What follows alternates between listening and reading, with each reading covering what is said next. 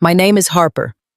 I am 28 years old and I am a corporate financial auditor living in Chicago. I was fighting for my life on an intensive care unit bed, completely trapped inside my own paralyzed body. I listened in absolute horror as my parents asked the doctor if they could pull the plug and harvest my organs to save my brother instead. My mother actually told the doctor I was useless anyway.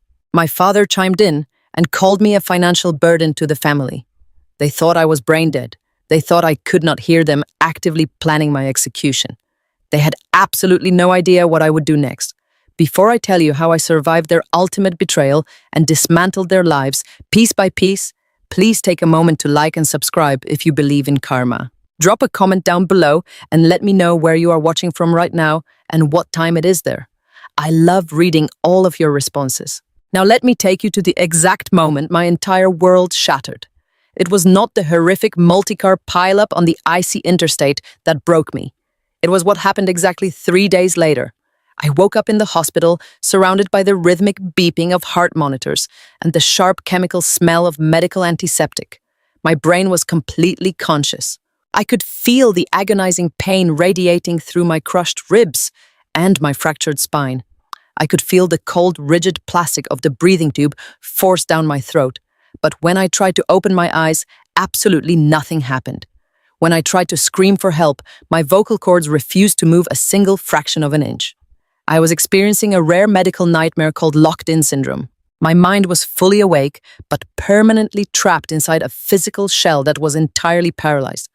Absolute blinding panic washed over every inch of my body. I was a helpless prisoner in my own flesh, suffocated by heavy darkness and pure terror. Then I heard the heavy door of my room swing open. Footsteps approached my bed. I recognized the familiar scent of my mother Brenda and her overwhelming floral perfume.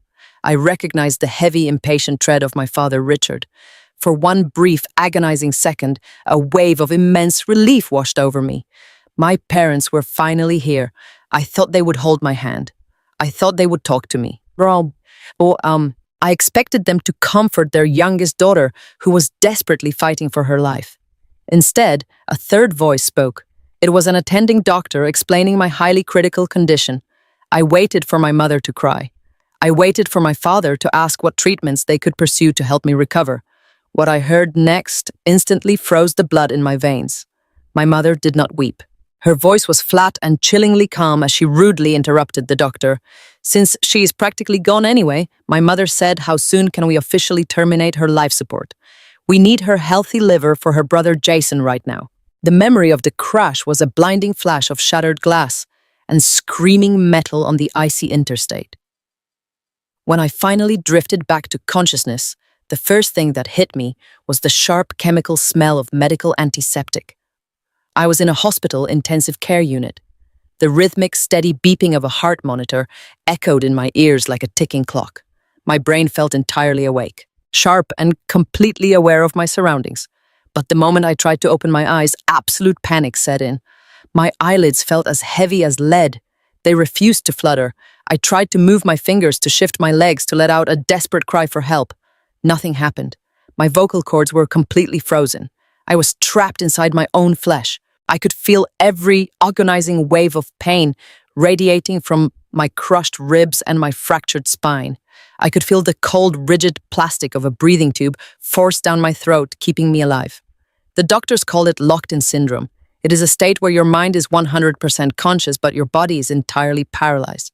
I was a helpless prisoner buried alive inside my own physical shell, suffocating under a heavy blanket of pure terror and begging for someone to realize I was awake. I laid there, trapped in the darkness, praying for a miracle. Then I heard the heavy door of my room swing open. Familiar footsteps approached my bed. The unmistakable scent of my mother Brenda and her overwhelming floral perfume drifted over my face. I recognized the heavy, impatient tread of my father Richard stepping up right beside her. For one brief, agonizing second, an immense wave of relief washed over my paralyzed body. My parents were finally here. I thought they would instantly grab my hand. I desperately wanted them to hold me and tell me everything was going to be all right.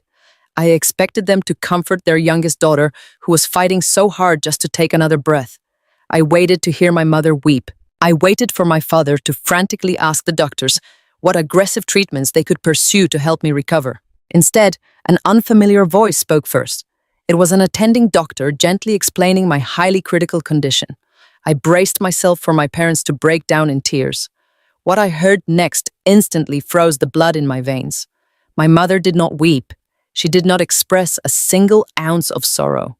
Her voice was completely flat and chillingly calm as she rudely interrupted the medical professional. Since she's practically brain dead anyway, my mother said without a hint of emotion, how soon can we officially terminate her life support?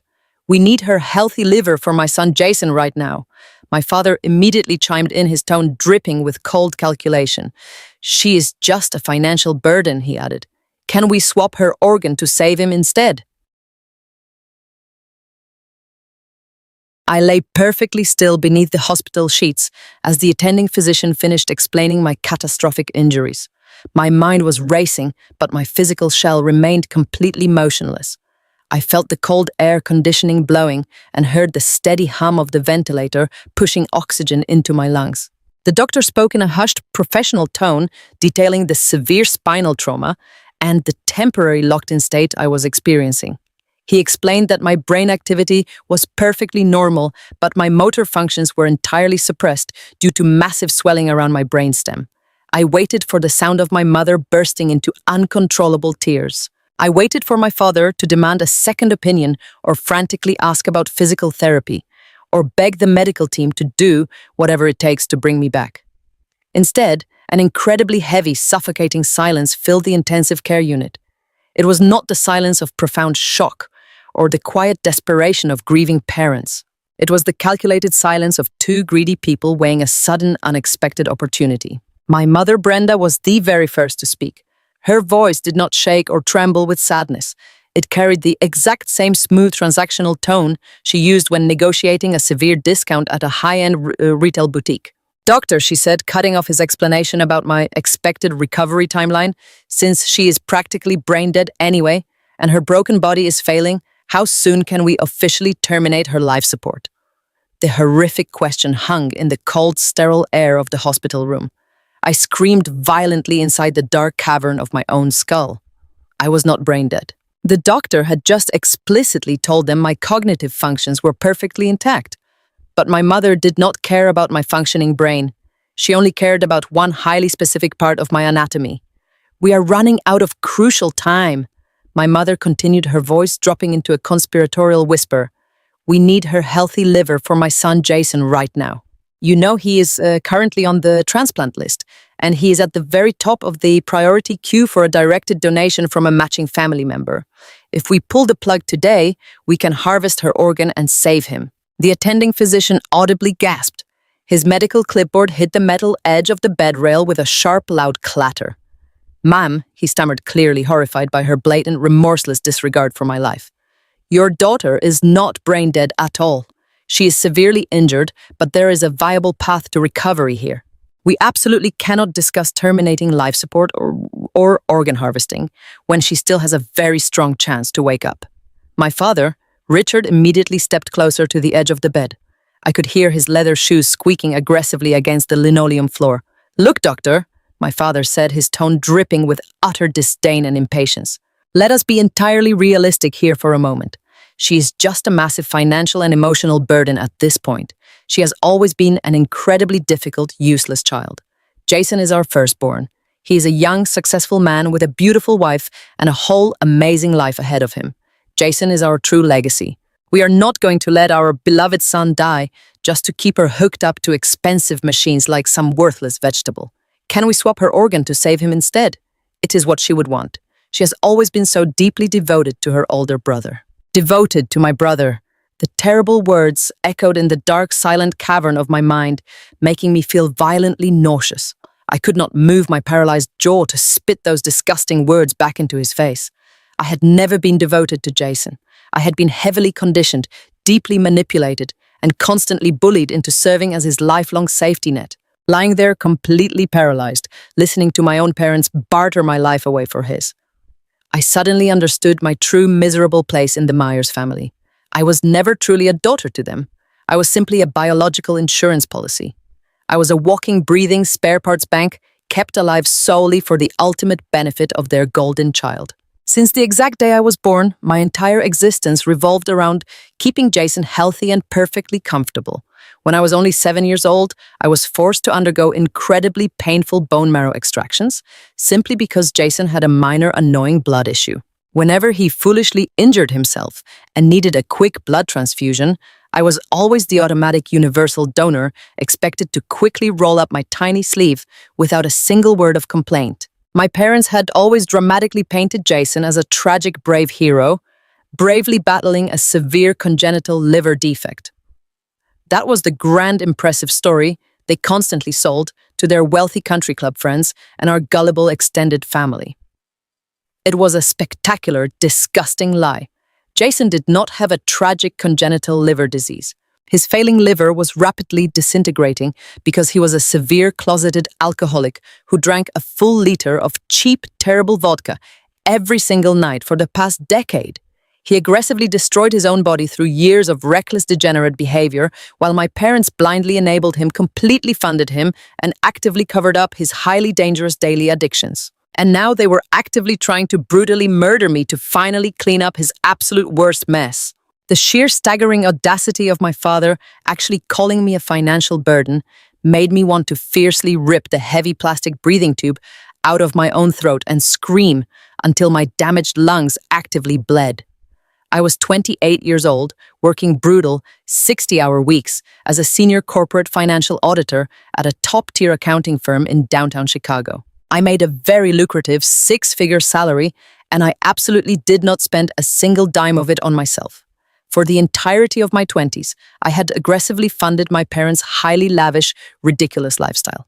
When my father loudly claimed his local auto repair business was tragically failing, I completely emptied my entire savings account just to pay off his massive commercial lease. When my mother suddenly wanted to renovate our kitchen with imported Italian marble because she felt deeply embarrassed hosting her wealthy book club, I took on grueling freelance tax preparation jobs every single weekend for 2 full years just to cover the expensive contractor fees. But the deepest, most painful financial bleeding always came directly from Jason. My golden, perfect brother could not hold down a real job for more than 3 miserable months. He was rightfully fired from 4 different major corporate firms for showing up highly intoxicated or completely missing extremely important client meetings. Every single time he tragically crashed and burned my toxic parents violently, guilt tripped me into bailing him out.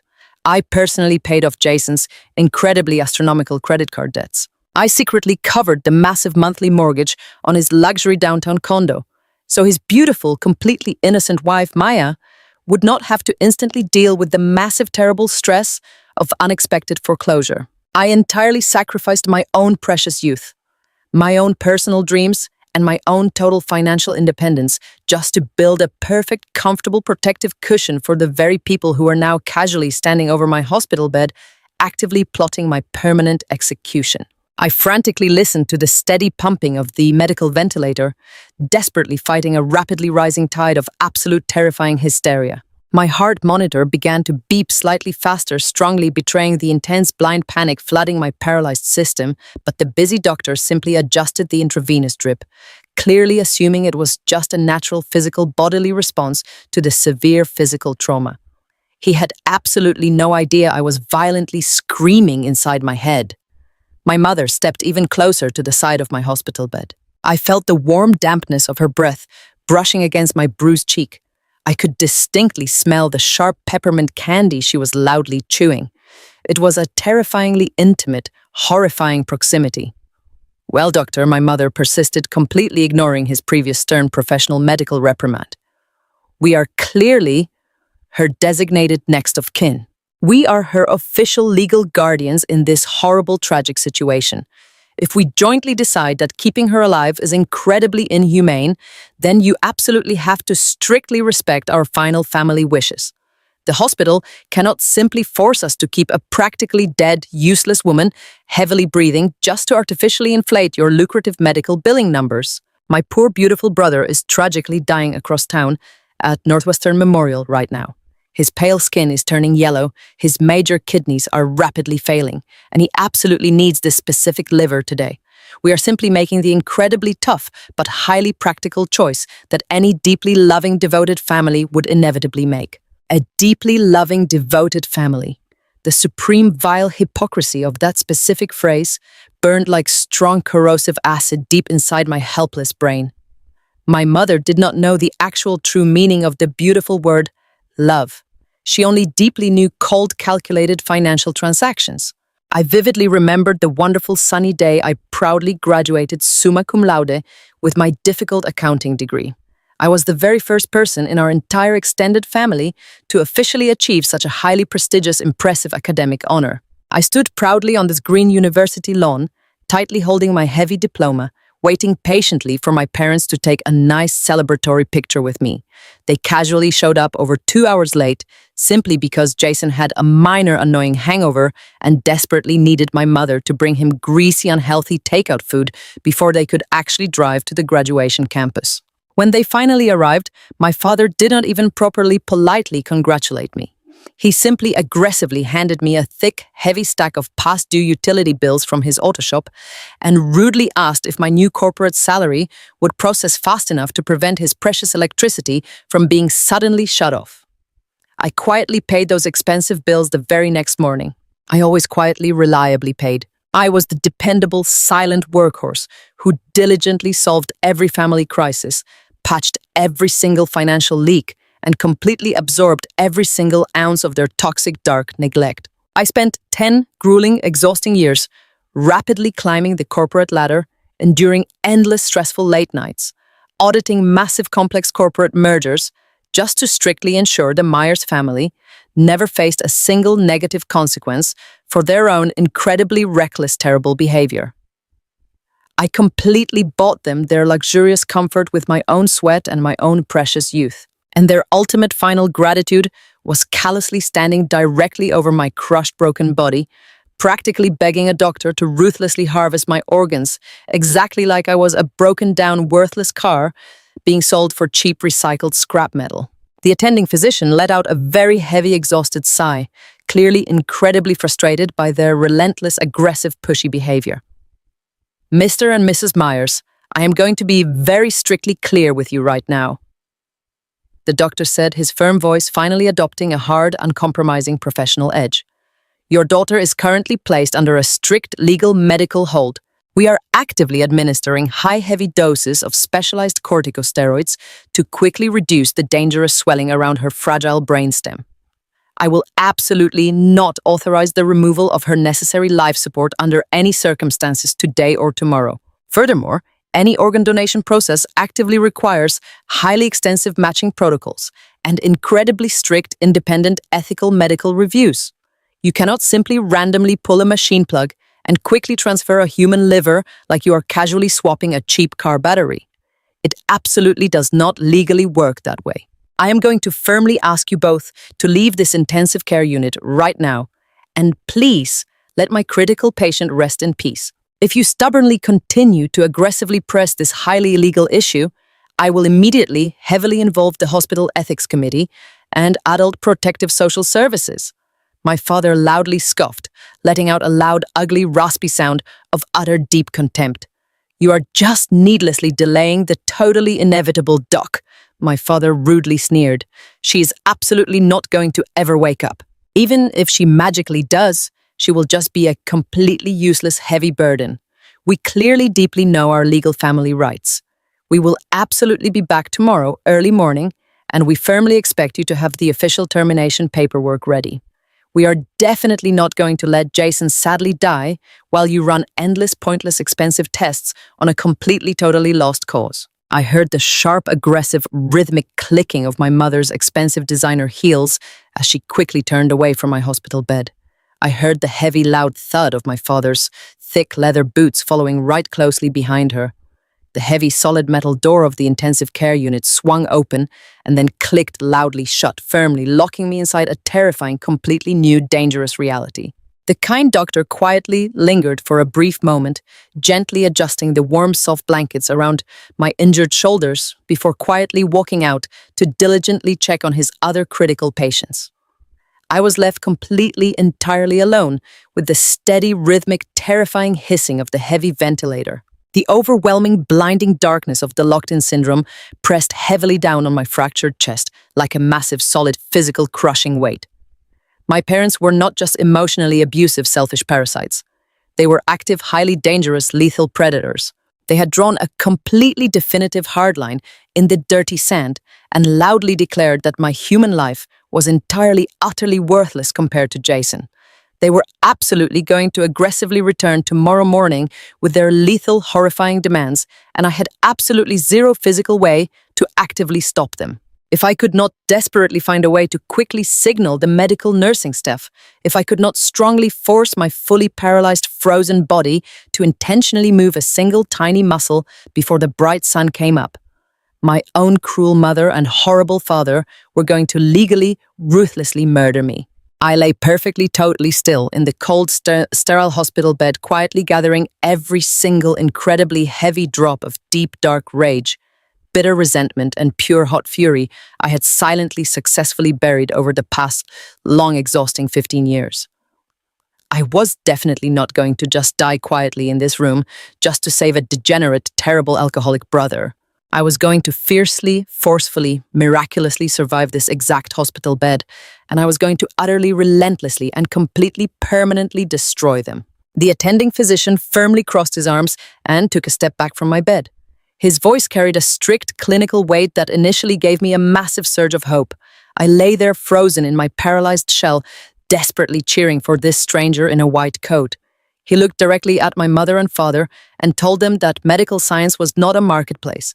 He stated clearly that they could not simply order the termination of my life support out of sheer convenience or a twisted desire to harvest my organs for my alcoholic brother Jason. The doctor explained that a strict legal and ethical protocol governed the removal of a ventilator. He said that without a legally binding medical power of attorney, specifically designating them as my healthcare proxies with the explicit authority to withdraw life-sustaining treatment, he had absolutely no legal right to comply with their horrific demands. He told them I was a 28-year-old independent adult, and my assumed medical wishes leaned toward preserving my life, not ending it prematurely to serve as spare parts. For a beautiful, fleeting second, I actually thought I was safe.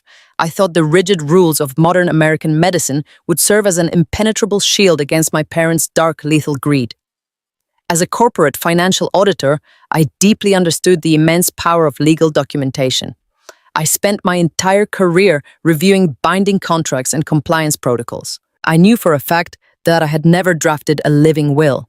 I had never designated a healthcare proxy because I was young and healthy and far too busy working 60-hour weeks to pay for my parents' lavish lifestyle to even think about end-of-life directives. I had never signed a single piece of paper giving Richard and Brenda the right to play God with my physical body. I waited in the cold, sterile silence of the intensive care unit, expecting my father to back down. I expected him to huff in angry defeat and angrily march out of the hospital room, realizing his sinister shortcut to save his golden boy had been officially blocked by hospital policy. Instead, a terrifying, chilling sound cut through the steady, rhythmic beeping of my heart monitor. It was the sharp, heavy metallic click of my father's expensive leather briefcase popping open. I could not turn my head to look, but I knew that exact sound. I had heard it 1,000 times growing up whenever he demanded my hard-earned money to bail Jason out of another massive debt. Then came the crisp, unmistakable rustle of thick legal paper being deliberately pulled from a manila envelope. My violently racing heart hammered violently against my crushed ribs. My paralyzed lungs fought uselessly against the heavy plastic breathing tube. The air in the room suddenly felt incredibly dense and suffocating. "Actually, doctor," my father said, his voice dripping with a smug, arrogant confidence that made me want to vomit. "We are well aware of the legal requirements. My daughter is a meticulous financial auditor. She plans for every possible terrible contingency. She deeply loves her older brother, and she absolutely knew about his tragic failing liver. We sat down with her last year and drew up the proper legal directives just in case something horrible like this catastrophic car accident ever happened. We have her official notarized medical power of attorney right here. It specifically grants me full unconditional authority to make all end-of-life decisions on her behalf, including the immediate withdrawal of artificial life support and the direct donation of her viable organs. The absolute sheer magnitude of his lie hit me like a physical blow to my fractured skull. I screamed a massive, deafening roar of pure outrage inside the silent, dark prison of my own mind. I never signed anything. I never sat down with them to discuss my end-of-life wishes. I never ever agreed to sacrifice my own beating heart so my reckless, degenerate brother could continue destroying his body with cheap vodka. I frantically searched my memories, desperately trying to figure out how my father could possibly possess a legal document with my name on it. Then the horrifying realization washed over me. I was the one who prepared all their complicated business taxes. I was the one who audited the commercial lease for my father's auto repair shop. They had access to hundreds of digital and physical documents bearing my exact signature. They had simply traced it. They had maliciously forged my name on a fake medical directive and likely paid off some shady, corrupt notary they knew from their elite country club to stamp it. They were literally committing a severe federal felony to legally murder their own youngest daughter. I heard the crisp, heavy paper rustle again as my father confidently handed the forged execution order to the attending physician. I waited in agonizing suspense for the doctor to immediately recognize the blatant fraud. I prayed for him to scrutinize the ink, to question the timing, to look at my perfectly normal brain scans, and realize this was a cold-blooded setup.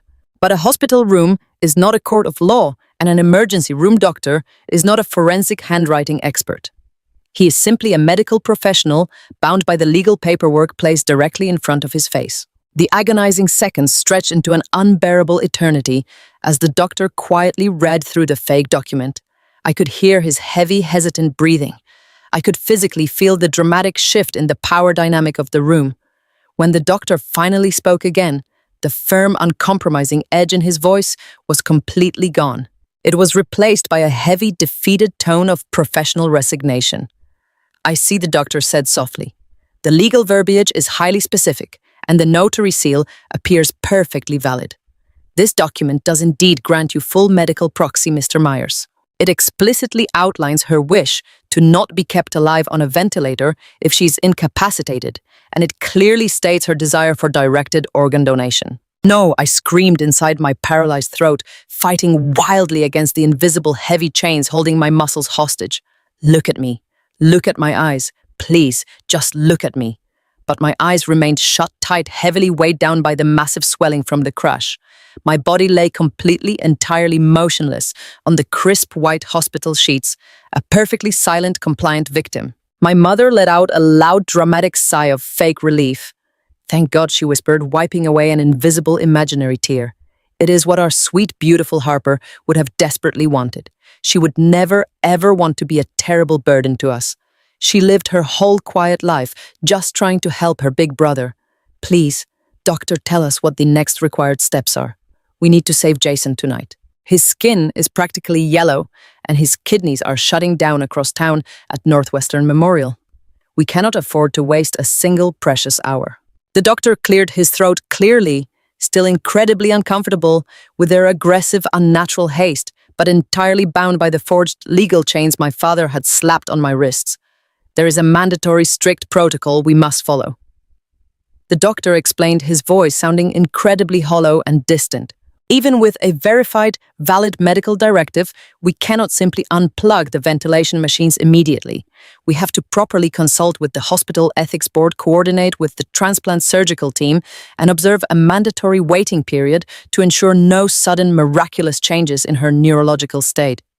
Given the current late hour, we will begin the administrative preparation tonight. I will officially schedule the withdrawal of life support and the subsequent organ harvesting procedure for exactly 8 o'clock tomorrow morning." 8 o'clock tomorrow morning. The precise deadly time hung in the cold, sterile air like a swinging guillotine blade. It was currently evening.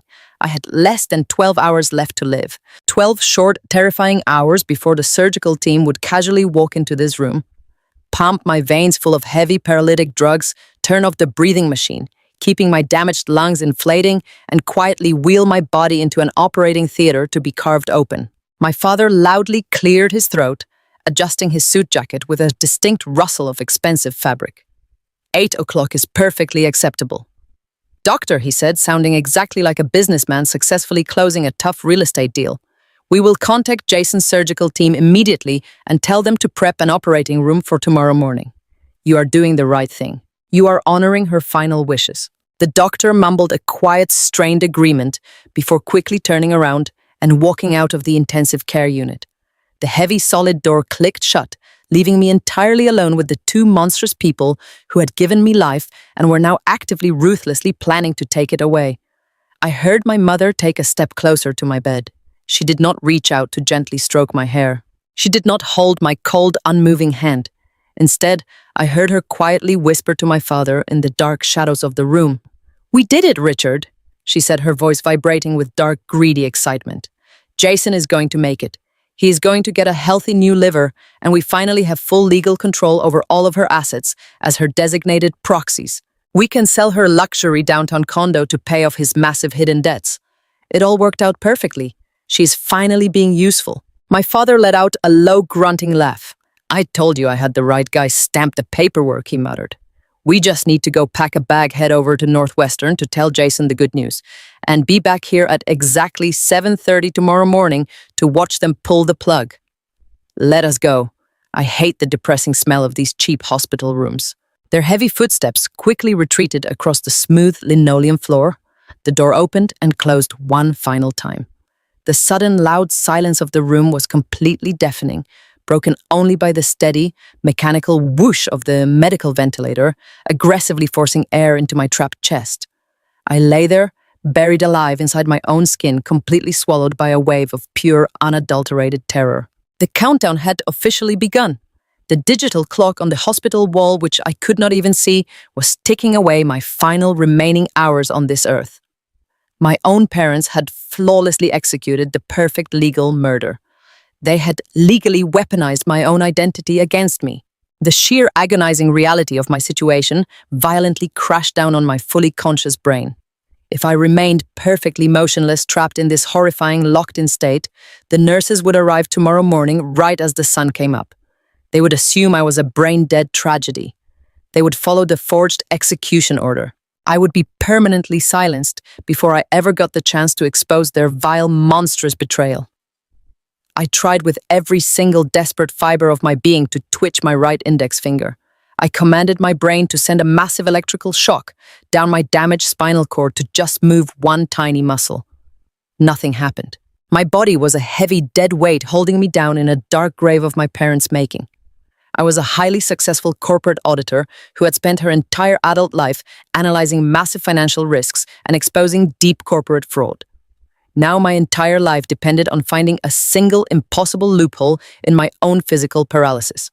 If I could not somehow miraculously find a way to communicate to the outside world before 8 o'clock tomorrow morning, I was going to be brutally murdered by the people who were supposed to love me most.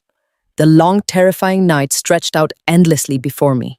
The digital clock mounted high on the sterile white hospital wall was completely invisible to my paralyzed eyes, but I could physically feel every single torturous passing second dripping away in the dead of the night.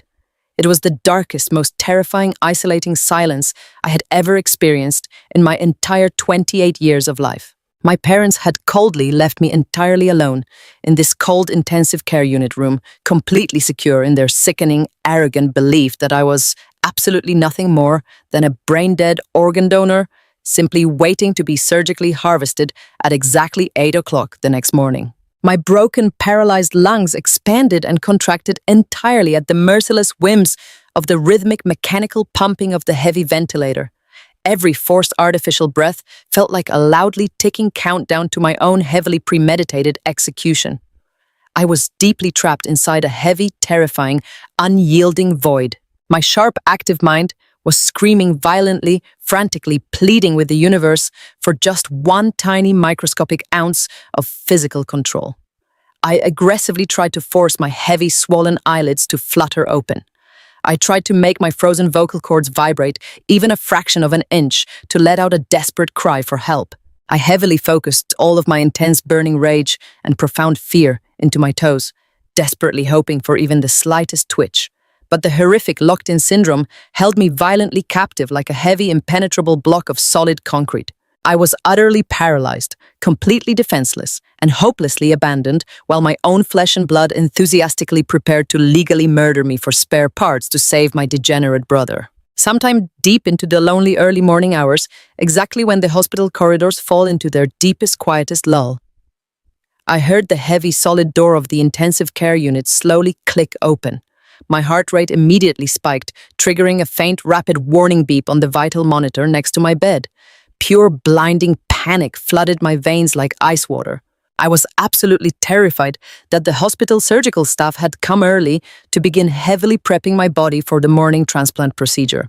I fully expected to feel the cold, clinical hands of a night shift nurse, casually checking my vital signs or preparing the heavy paralytic drugs that would actively ensure my permanent silence before they carved me open.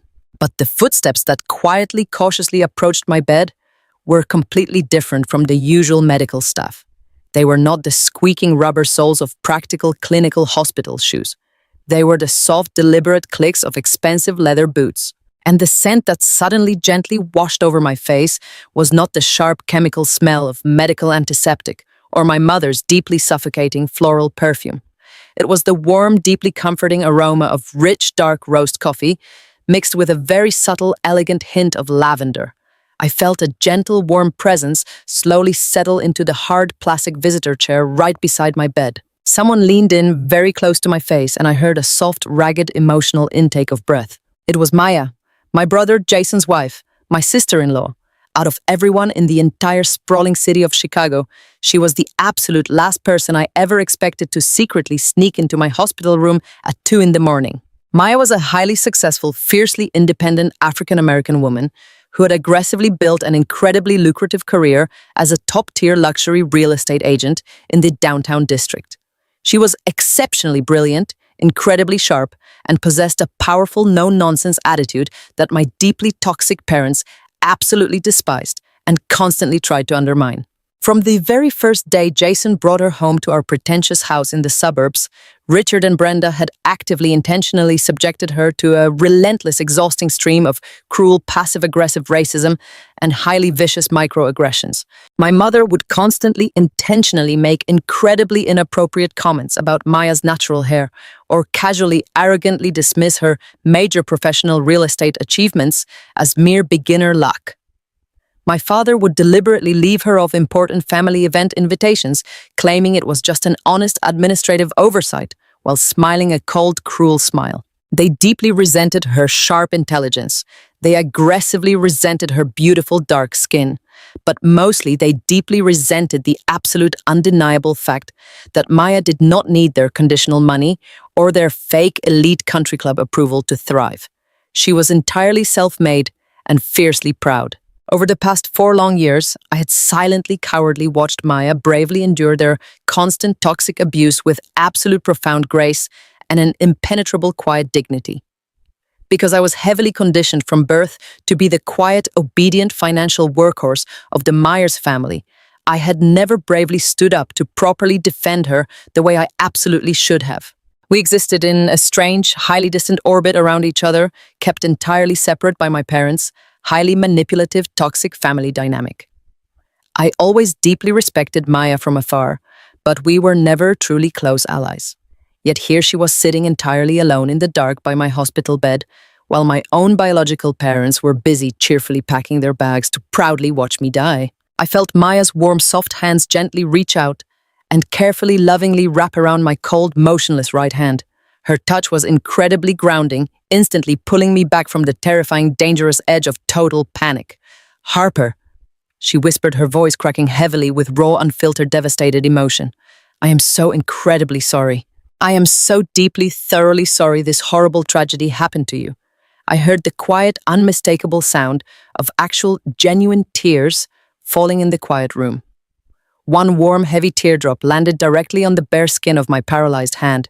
It was the very first genuine display of honest grief anyone had shown since I was brutally crushed in that massive multi-car pileup.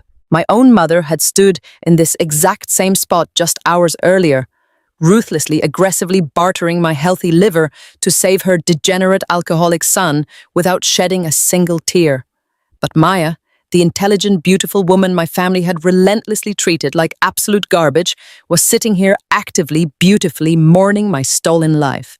She softly squeezed my unmoving fingers. "I just really needed to see you before the morning," she continued, her voice heavily trembling with profound, immense sadness. "Richard and Brenda called Jason a few short hours ago. They excitedly, happily told him that the hospital doctor officially approved the life support termination. They cheerfully told him he was absolutely getting his much-needed liver transplant tomorrow morning. They sounded so entirely happy, Harper.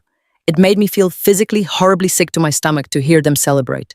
They are talking about your precious life like it is just some minor, inconvenient obstacle standing in their way.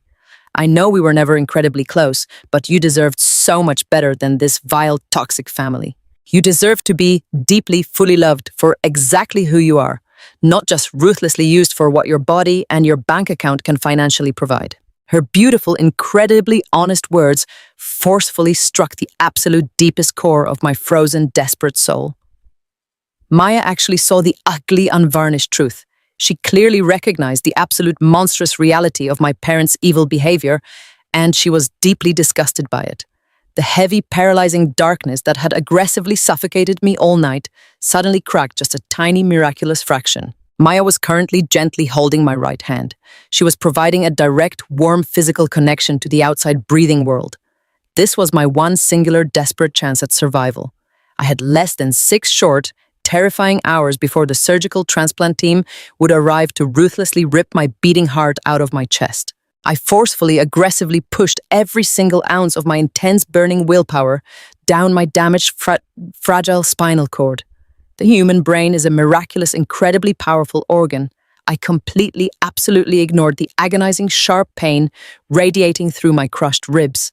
I entirely successfully tuned out the loud, rhythmic, artificial hissing of the heavy ventilator pushing air into my lungs. I focused all of my conscious thought, all of my desperate, terrifying rage, all of my profound, intense desire to survive strictly and entirely into my right index finger. "Move," I aggressively internally commanded myself. "Move your damn finger right now, or you are going to brutally die today."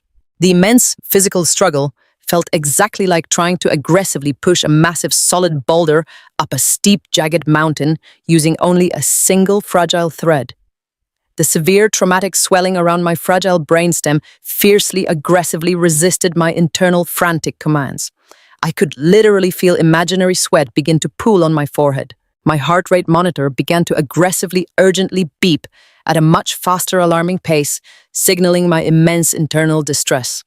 The sheer physical exertion happening entirely secretly inside my own paralyzed body was absolutely monumental and totally exhausting. Slowly, miraculously, against all absolute medical odds, the heavy invisible concrete chains holding my right hand muscles hostage began to slightly, incredibly give way.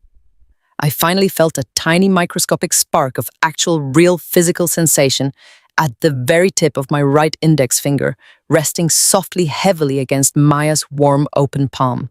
I took a massive, deep mental breath and heavily, aggressively focused on a single, easily recognizable universal pattern. 3 short, quick taps. 3 long, heavy taps. 3 short, quick taps. Save our souls. Save my life. Please save me. I pushed downward with everything I had left in my entire existence. Tap, tap, tap. It was incredibly faint, barely a tiny subtle butterfly lightly fluttering against her smooth skin. But in the absolute dead-heavy silence of that intensive care unit room, it was utterly, incredibly monumental. Maya instantly, abruptly stopped speaking mid-sentence. Her warm, crying breath caught sharply in her throat.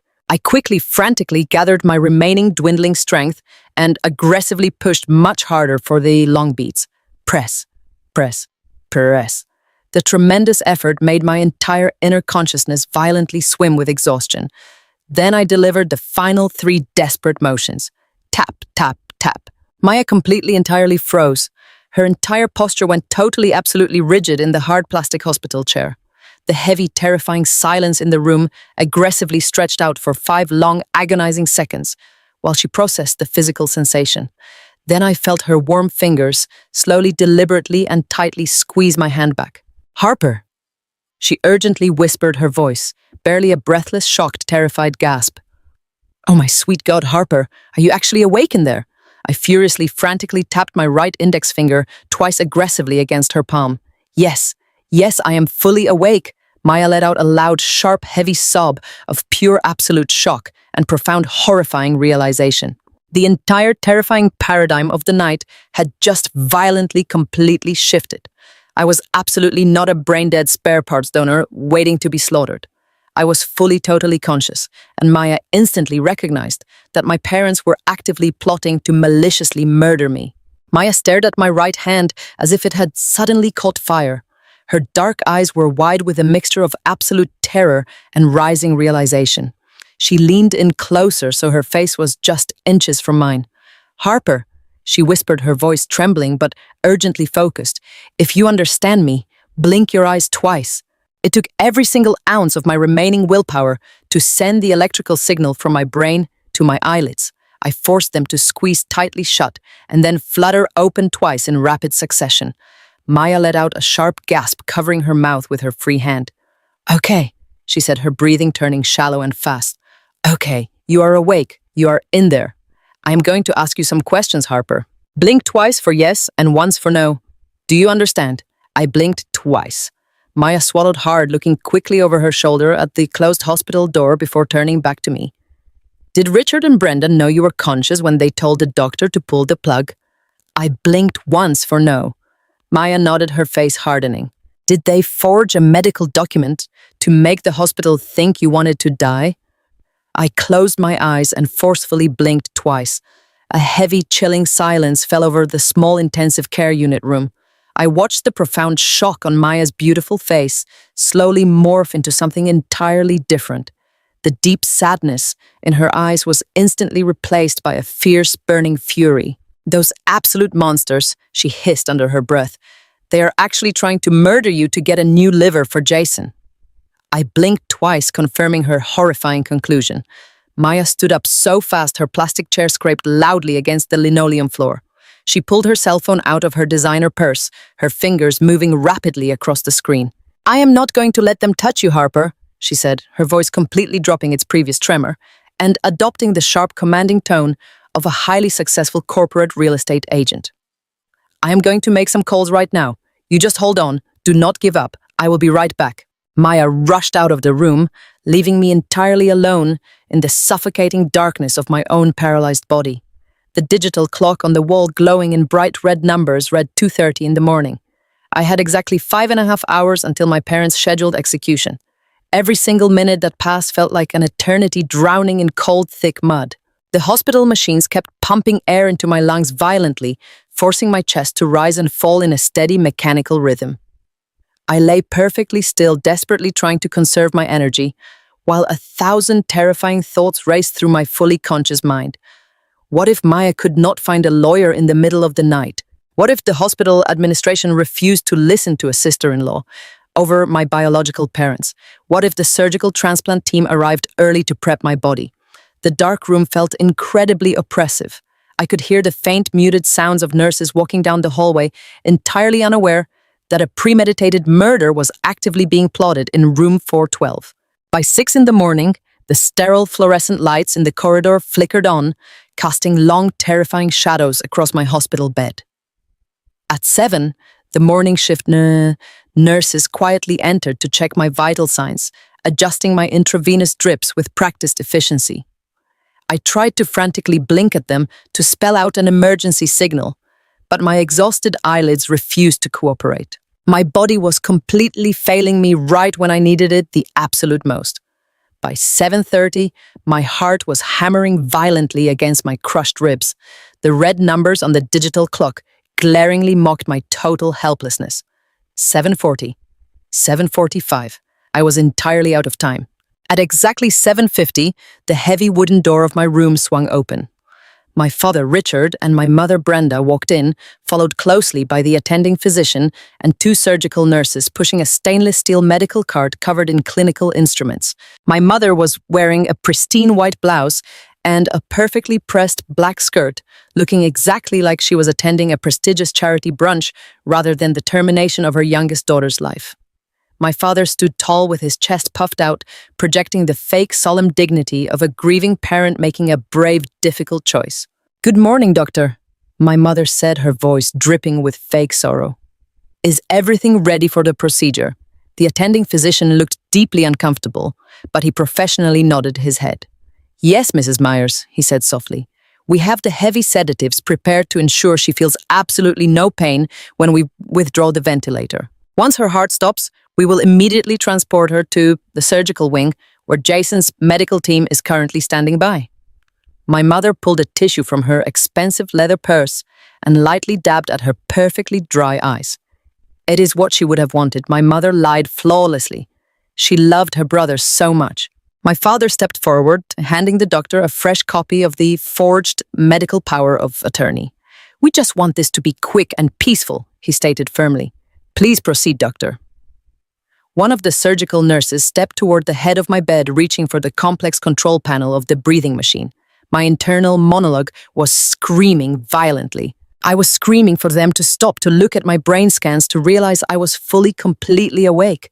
I was trapped inside my own corpse, watching my mother eagerly wait for me to die so she could harvest my organs. The nurse placed her gloved hand directly on the primary power switch. Stop exactly what you are doing right now. The incredibly loud, commanding female voice echoed like a sudden gunshot across the quiet intensive care unit. Everyone in the room physically jumped. The surgical nurse instantly snatched her hand away from the ventilator machine. I could not move my head to look, but I heard the heavy door slam aggressively against the adjacent wall. Maya marched fiercely into the center of the room. She was no longer crying. She radiated an absolute terrifying power. Walking exactly one step behind her was a tall, intimidating man in a sharp-tailored gray suit and a woman wearing a hospital identification badge that marked her as the chief legal administrator. Maya, what on earth are you doing here? My father demanded, his face flushing a deep, angry red. This is a highly private family medical matter. You need to leave immediately. Maya completely ignored him. She pointed directly at the attending physician. Do not touch that machine, doctor, Maya ordered. That document Richard Myers just handed you is a complete fraudulent forgery. My mother gasped loudly, clutching her pearl necklace. How dare you? Brenda shrieked, her voice echoing shrilly off the tile walls. She is brain dead. We are her parents, and we are making the legal decision to save our son. The man in the grey suit calmly stepped forward, positioning himself directly between the medical cart and my hospital bed. I am Marcus Sterling, he stated, his voice booming with undeniable legal authority.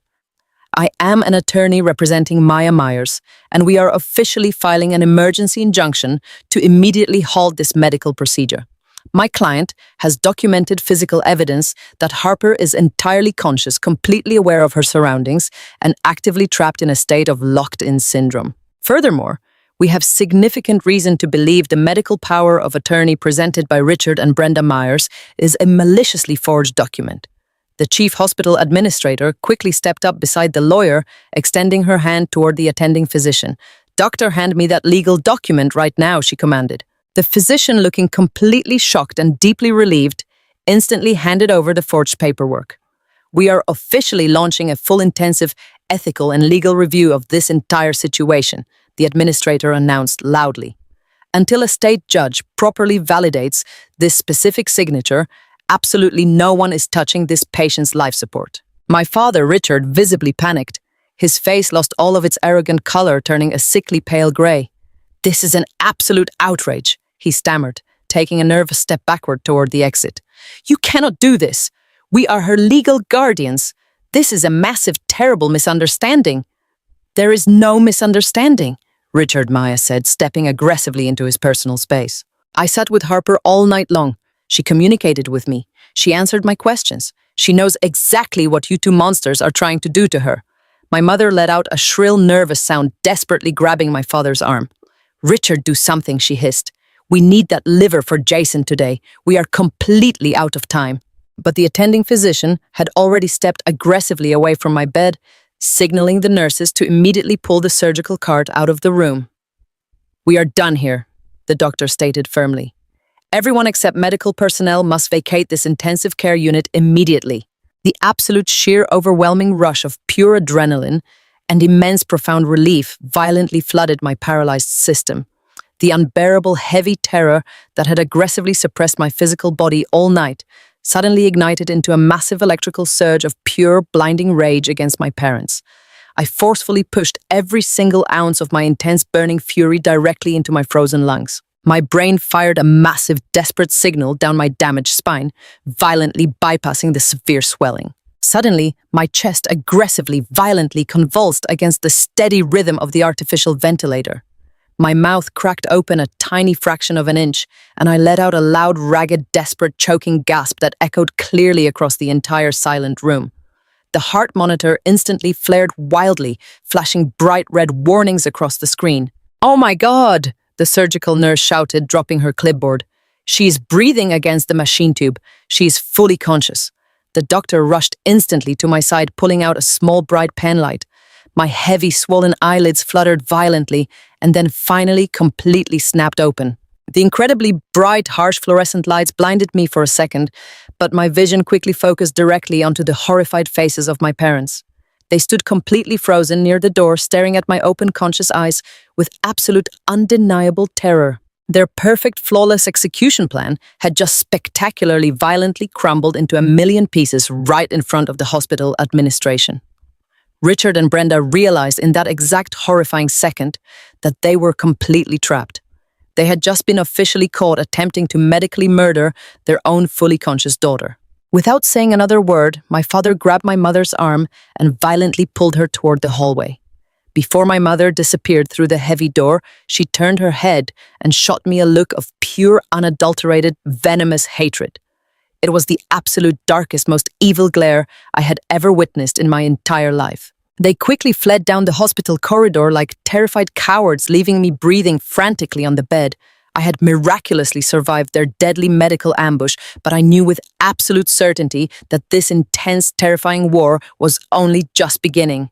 I spent the next 7 agonizing days in the intensive care unit, forcing my broken body to remember how to function.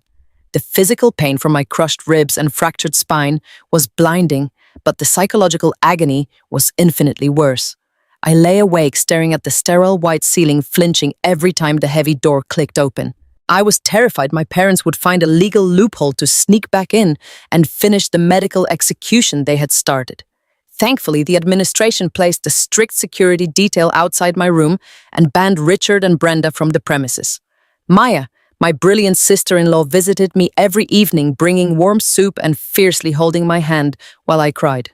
She was my safe anchor to the living world. By the end of the grueling week, my physical paralysis faded, and I could breathe without the terrifying hissing of the ventilator. The attending physician called my neurological recovery a medical miracle. But I knew the absolute truth. Pure, unadulterated, burning rage kept my heart fiercely beating. On a cold Tuesday morning, the staff officially discharged me. I ordered a cheap rideshare, wearing the same torn, bloody clothes from the pileup because I had nobody else to bring fresh garments. My chest ached violently with every pothole, but I did not care. I just wanted to crawl into my own warm bed, lock the deadbolt, and begin healing from my parents' vile betrayal. The rideshare dropped me off in front of my familiar red brick apartment building. The sharp Chicago wind whipped through my thin jacket, making my fragile healing bones shiver. I limped up the steep concrete steps, heavily clutching my small plastic bag of discharge papers. I reached my solid oak front door and let out a long sigh of profound relief. I desperately needed sleep. I reached into my coat pocket, pulled out my familiar brass house key, and slid it directly into the deadbolt. It absolutely did not turn. I frowned in confusion, pulling the key out and forcefully pushing it back in, aggressively jiggling the metal handle. It stubbornly refused to budge even a microscopic fraction. A cold wave of dark dread instantly washed over my shivering body. I shoved my key into the bottom door handle, but it would not slide halfway into the cylinder. The brass hardware was completely brand new. The heavy door locks had been entirely changed while I was fighting for my life on a hospital bed. I took a terrified step backward and finally saw the bright neon yellow envelope aggressively taped to the center of my wooden door. My trembling fingers ripped the thick paper open. It was a formal legal eviction and permanent lease termination notice. The printed paper stated clearly that my tenancy had been officially revoked by the primary legal leaseholder. My injured stomach violently dropped into a bottomless pit. When I moved into this apartment 4 years ago, my credit history was temporarily tied up in a corporate financial audit. So my father, Richard, technically insisted on co-signing the lease agreement to quickly secure the unit. I had faithfully paid every expensive monthly rent check directly from my own auditing salary.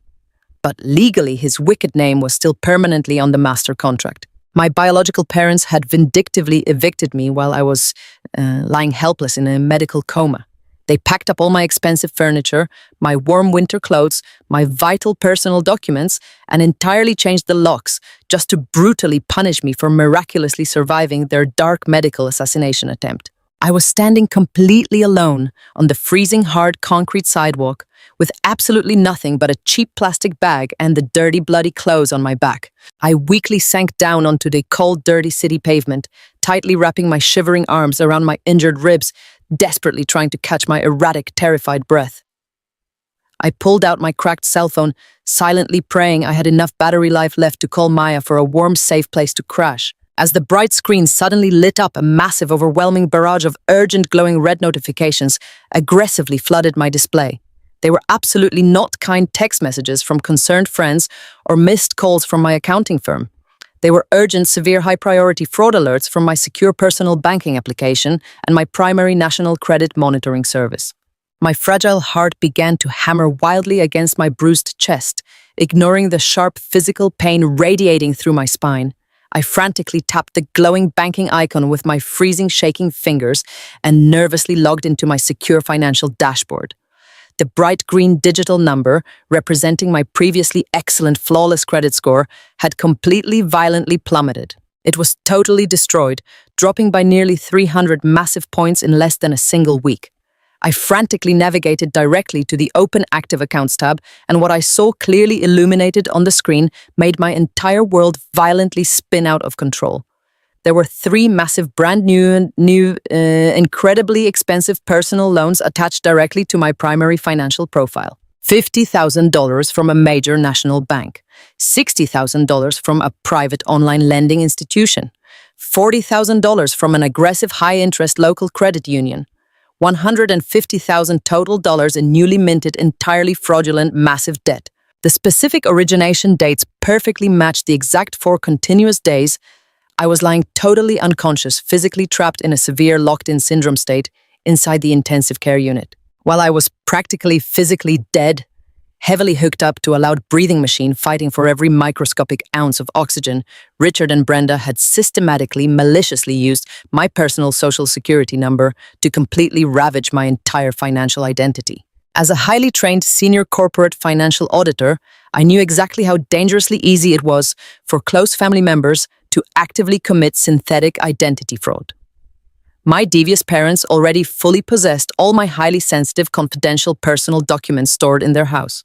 They perfectly knew my exact birth date, my maternal lineage, my 9-digit social security number, and my detailed employment income history at the top-tier accounting firm.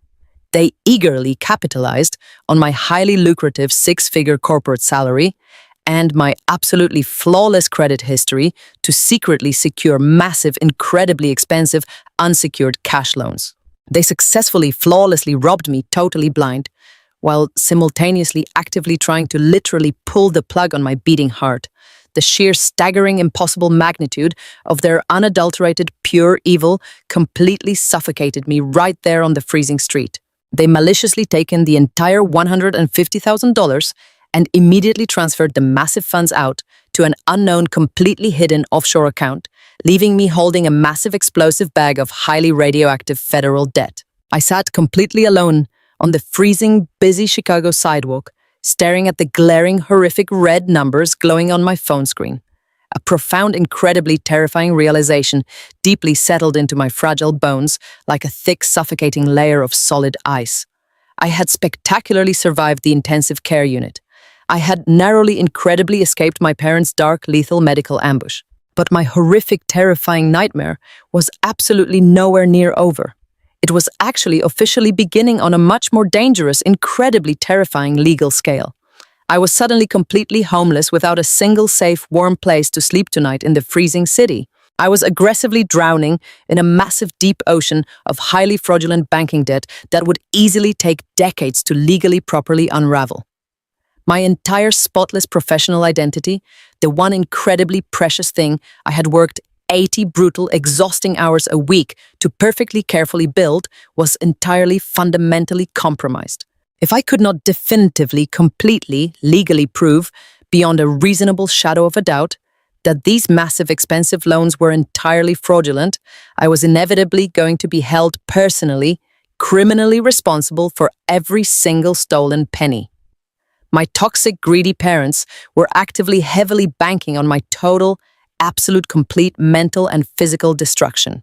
They arrogantly assumed I would quietly, tragically, violently collapse under the immense, crushing, terrifying pressure of sudden, massive bankruptcy and unexpected, brutal homelessness. They fully, entirely expected me to weakly curl up in a dark, pathetic, lonely corner and just quietly disappear so they could smoothly, happily spend my stolen corporate money to completely fix Jason's totally ruined, miserable alcoholic life. But my incredibly greedy, evil mother and my pathetic, weak father had made one massive, incredibly stupid, catastrophic miscalculation. They completely, totally forgot that I was a highly trained, meticulous senior corporate financial auditor. I spent my entire adult waking life meticulously, carefully tracking down deeply hidden corporate funds, ruthlessly exposing massive, complicated financial crimes, and legally, utterly destroying incredibly wealthy, highly corrupt corporate executives. I knew exactly precisely how to expertly track every single dirty digital dollar across the entire complicated global banking system. I slowly, painfully pushed myself forcefully up off the freezing, dirty concrete sidewalk, pulling my thin, torn jacket incredibly tightly around my healing, broken ribs. I was completely finished playing the silent, obedient, abused victim for the Myers family.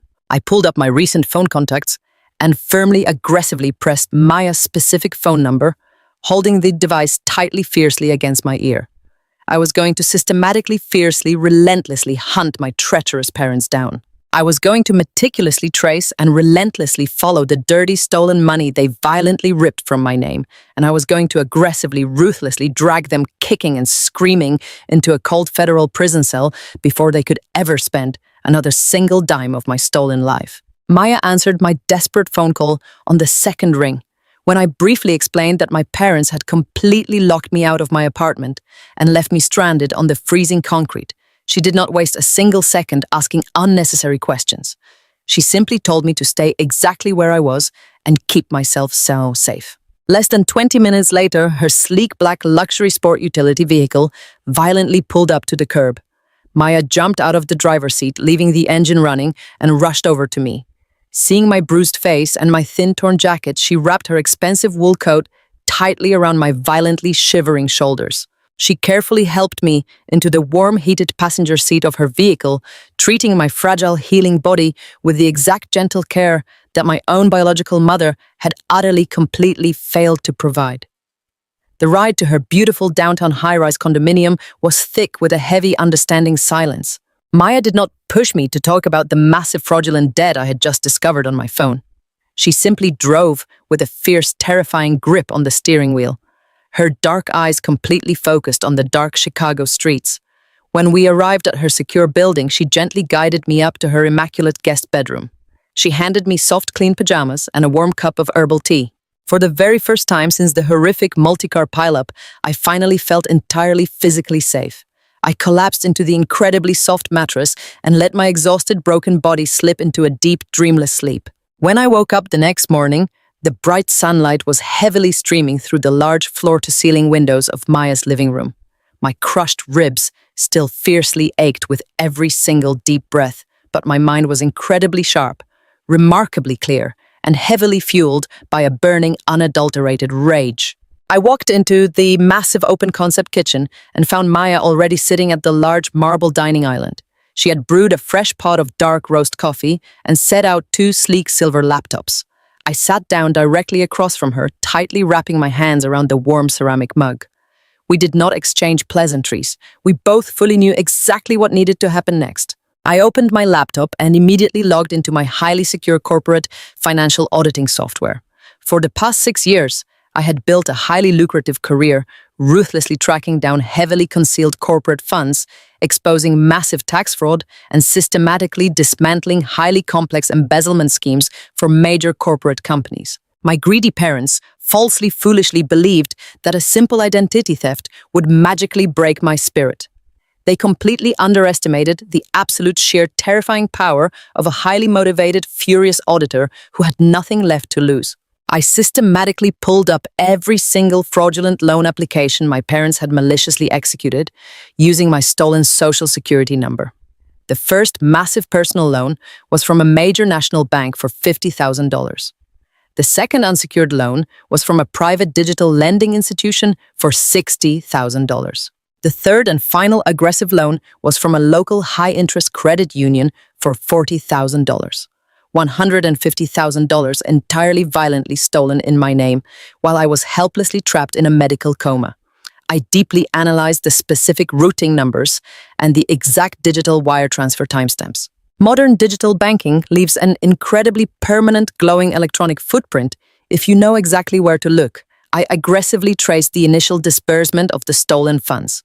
The money did not go to Northwestern Memorial Hospital to heroically pay for Jason's supposed life-saving liver transplant. It did not go to any legitimate medical institution or registered healthcare provider in the entire state of Illinois. Instead, the entire massive sum was quietly funneled directly into a newly formed corporate checking account. I rapidly cross-referenced the receiving bank account details through public business registries and discovered a highly obscure newly minted holding company. The entity was registered as Horizon Apex Holdings, LLC. My fingers flew across the keyboard as I dug aggressively into the corporate formation documents filed with the state. The registered agent listed on the official operating agreement was not my father. It was my completely useless alcoholic brother, Jason. A heavy, dark knot of pure disgust instantly formed tight in my stomach. Why would a man who was allegedly desperately dying of severe end-stage liver failure suddenly urgently need to quickly establish a totally anonymous corporate shell company? I turned my laptop screen toward Maya and showed her the glowing digital paper trail. Maya stared at the corporate documents, her beautiful face twisting into a mask of pure cold confusion. "This absolutely makes zero logical sense," she whispered softly, her eyes frantically scanning the screen. Jason told me his parents were bravely secretly cashing out their own retirement portfolios to generously cover his expensive out-of-network medical treatments. He swore to me he was completely financially ruined from his medical leaves. Why on earth does he suddenly have a massive active holding company fully loaded with your stolen money? This was the exact moment Maya's incredibly sharp professional expertise became an absolute lethal weapon. As a top-tier luxury real estate broker operating in the wealthiest neighborhoods of the city, Maya possessed completely unrestricted administrative access to the multiple listing service database and incredibly detailed county property tax records. She forcefully pulled her laptop closer, her perfectly manicured fingers aggressively striking the keyboard. If Jason actively moved a massive sum of dirty cash into a fresh holding company, he is most likely trying to quietly buy a major physical asset without his personal name ever appearing on the legal public deed, she said, her voice dropping into a deadly serious professional tone. Maya ran a highly advanced targeted search using the exact registration address of Horizon Apex Holdings, LLC, matching it against every single pending real estate transaction and closed cash deal in the greater metropolitan area over the past 72 hours. The highly secure real estate database hummed for a few tense seconds before displaying a single massive resulting match. Maya sharply inhaled a ragged breath. Her eyes went completely wide, staring at the screen in absolute total disbelief. She entirely froze exactly like a beautiful marble statue. I quickly leaned over the cold marble island to look at her glowing monitor. Horizon Apex Holdings, LLC, had just legally submitted a fully funded, aggressively fast-tracked, all-cash offer on an incredibly expensive luxury townhouse located in the highly exclusive, incredibly wealthy northern suburbs of the city. The accepted purchase price exactly utilized the $150,000 of my stolen money as a massive non-refundable initial down payment, with the remaining heavy balance secretly financed through a highly obscure private shadow lender. I looked at Maya, trying to understand the terrifying, complicated puzzle. Why is Jason buying a massive luxury suburban townhouse under a fake corporate name? I asked quietly. Your current downtown condo is perfectly beautiful and absolutely massive. Maya did not answer me immediately. She was fiercely, actively, violently trembling.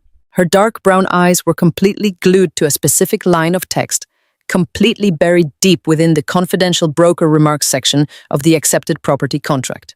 In the state of Illinois, when a corporate entity violently purchases a residential property, the listing agent often quietly records the primary designated occupants for neighborhood security clearance and local homeowner association approval. Maya slowly, heavily pointed her shaking finger at the small glowing text on the monitor. The registered future occupant of the luxury property was absolutely not Jason Myers. The designated resident was legally listed as Sabrina Kensington. Sabrina, Maya whispered, her voice violently cracking, breaking into 1,000 tiny, sharp, miserable pieces. Sabrina is Jason's young 24-year-old physical therapy assistant. He originally met her at the private rehabilitation clinic last year when he was supposedly bravely fighting to get sober. He swore to me she was just a highly supportive, incredibly helpful medical friend. My heart violently dropped entirely into my shoes. My absolute worst suspicions about my degenerate, terrible brother had not even come close to touching the actual horrific, utterly disgusting truth. Jason was not tragically dying. Jason was not bravely, silently suffering from a severe, unpreventable congenital illness. Jason was aggressively, ruthlessly using his incredibly toxic, manipulative parents to maliciously steal my entire financial future, simply to secretly, happily purchase a massive, expensive luxury home for his young, hidden mistress. Maya completely frantically grabbed her smartphone. She aggressively, rapidly typed the young woman's name directly into an online public registry search, completely ignoring the social media platforms and bypassing the standard search engines. She brutally, ruthlessly checked local municipal court records, private medical registry databases, and national retail gift registries. My sister-in-law was an absolute fierce force of nature when she was hunting for the truth. Less than 5 highly agonizing minutes later, Maya found the absolute final devastating piece of the horrible puzzle. It was a fully public, highly active baby registry registered at an incredibly expensive high-end luxury infant boutique in the city. The proud, expecting parents were cheerfully listed in bright, bold, joyful letters: Sabrina Kensington and Jason Myers. The registry clearly happily noted that a beautiful, healthy baby boy was expected to safely arrive in exactly 4 short months. The profound, deep betrayal hung heavily, completely suffocating the oxygen in the kitchen. My own parents had completely, maliciously, brutally sacrificed my entire life, my hard-earned money, my flawless credit score, and very nearly my own beating heart, simply to cheerfully, comfortably fund a secret, hidden bastard child for their golden, perfect son. They proudly, fully intended to execute me in a cold, sterile hospital bed, purely to completely eradicate any trace of the stolen money, and to permanently silence the only person who could ever properly, legally audit their disgusting, massive financial crimes. I sat perfectly, totally still, silently watching Maya. I deeply fully expected her to completely break down. I absolutely expected her to violently sob, to furiously scream, to aggressively throw her hot coffee mug against the pristine white walls of her luxury kitchen. I expected the incredibly brilliant, strong woman who had loyally supported my brother through years of his horrible drunken abuse to finally completely shatter into a million broken pieces. But Maya did absolutely none of those things. The brief, horrifying shock violently, completely evaporated from her beautiful, dark face. The wet tears that had briefly threatened to spill over her eyelashes completely, magically, violently dried up in an instant. Her posture went entirely straight, perfectly rigid, and incredibly, terrifyingly calm. She slowly, deliberately, carefully closed the real estate database tab on her browser. She picked up her ceramic mug and took a long, incredibly slow, completely measured sip of her dark black coffee. When Maya finally looked back across the marble island at me, her dark eyes were completely dead. They were totally empty of absolutely any love, any sorrow, or any lingering, pathetic attachment to the Myers family. She looked entirely, perfectly, incredibly lethal. "Harper," she said, her voice completely, utterly stripped of any warm emotion, sounding exactly like a sharp, deadly blade sliding out of a velvet sheath. Your parents horribly tried to brutally, violently murder you for a liver you did not owe them. My husband has been aggressively, happily funding a secret pregnant mistress, using your stolen identity, while letting me personally heavily pay off his massive credit card debts and his expensive medical bills. We are absolutely not just going to simply call the police. We are not just going to simply legally sue them for the stolen money. I stared back at my incredible, brilliant sister-in-law, feeling a massive, powerful, dark surge of pure, cold adrenaline completely flood my healing, broken body. I strongly, silently nodded, perfectly understanding exactly what she was silently, heavily proposing. The deep, miserable pain in my crushed ribs completely, magically vanished, entirely replaced by a singular, pure, violently powerful objective. Maya slowly, deliberately reached across the cold marble island and firmly, gently grasped my hand, exactly like she had done in the dark, terrifying intensive care unit when I was fully, desperately paralyzed. We are going to completely, entirely, systematically burn their entire pathetic, miserable lives, totally, beautifully, to the absolute ground, Maya stated, her voice a firm, deadly whisper. We are going to aggressively, patiently, completely build an inescapable, perfect legal financial trap. We will let them confidently, proudly walk right exactly into it. And then we will completely, brilliantly, thoroughly destroy them in front of absolutely everyone they desperately, proudly care about. I firmly, forcefully, tightly squeezed her warm hand back, completely, solidly, sealing our dark, dangerous, lethal pact. The toxic, incredibly evil Myers family had absolutely, totally, fundamentally messed with the wrong two women. They thought they had brilliantly, cleverly gotten away with the perfect, horrible crime. But they had no earthly idea that a furious corporate auditor and a fiercely brilliant real estate broker were about to completely, methodically, meticulously dismantle their entire existence. Our incredible, perfectly calculated, beautiful revenge had officially, violently begun. I pulled my laptop closer to my chest and started typing as the clock began to tick down. The cold glow of the laptop screens illuminated the dark marble of Maya's kitchen island, casting long, sharp shadows across our exhausted faces. We had just uncovered the luxury townhouse Jason was secretly purchasing for his pregnant mistress, using the money my parents had fraudulently borrowed in my name. The sheer vile betrayal of it all was completely suffocating, but my highly trained analytical mind refused to stop working. I am a senior corporate financial auditor. I spend my entire professional life hunting down hidden assets and untangling incredibly complex webs of corporate deceit. When I look at a financial ledger, I do not just see random numbers. I see a highly detailed story, and the story my parents were currently telling made absolutely no logical sense. I stared at the banking trails we had uncovered and tapped my pen aggressively against the hard marble surface. My crushed ribs ached with every sharp movement, but I completely ignored the physical pain. Maya, I said, my voice tight with concentration, the math is fundamentally wrong. It is completely unbalanced. You do not just steal $150,000 to secure a massive down payment on a luxury townhouse when you are simultaneously actively dying of end-stage liver failure. Jason is incredibly selfish and a degenerate alcoholic, but he is absolutely terrified of dying. A new house does him zero good if he is buried in the ground in 6 months. My parents were literally willing to murder me in my hospital bed just to legally harvest my healthy liver for him. They would not abruptly abandon his urgent medical crisis just to fund his secret hidden family. There is a massive missing piece to this financial puzzle, and I'm going to find exactly where it is hidden. Maya slowly set down her coffee mug, her dark eyes locking onto mine with intense, fierce understanding. You think they are moving more money? She asked, her voice a sharp, steady whisper. You think they are actively hiding something even bigger than the real estate fraud? I nodded firmly, pulling my laptop closer to my chest. I absolutely know they are, I replied, my fingers already flying across the keyboard. Criminals always leave a digital trail, Maya.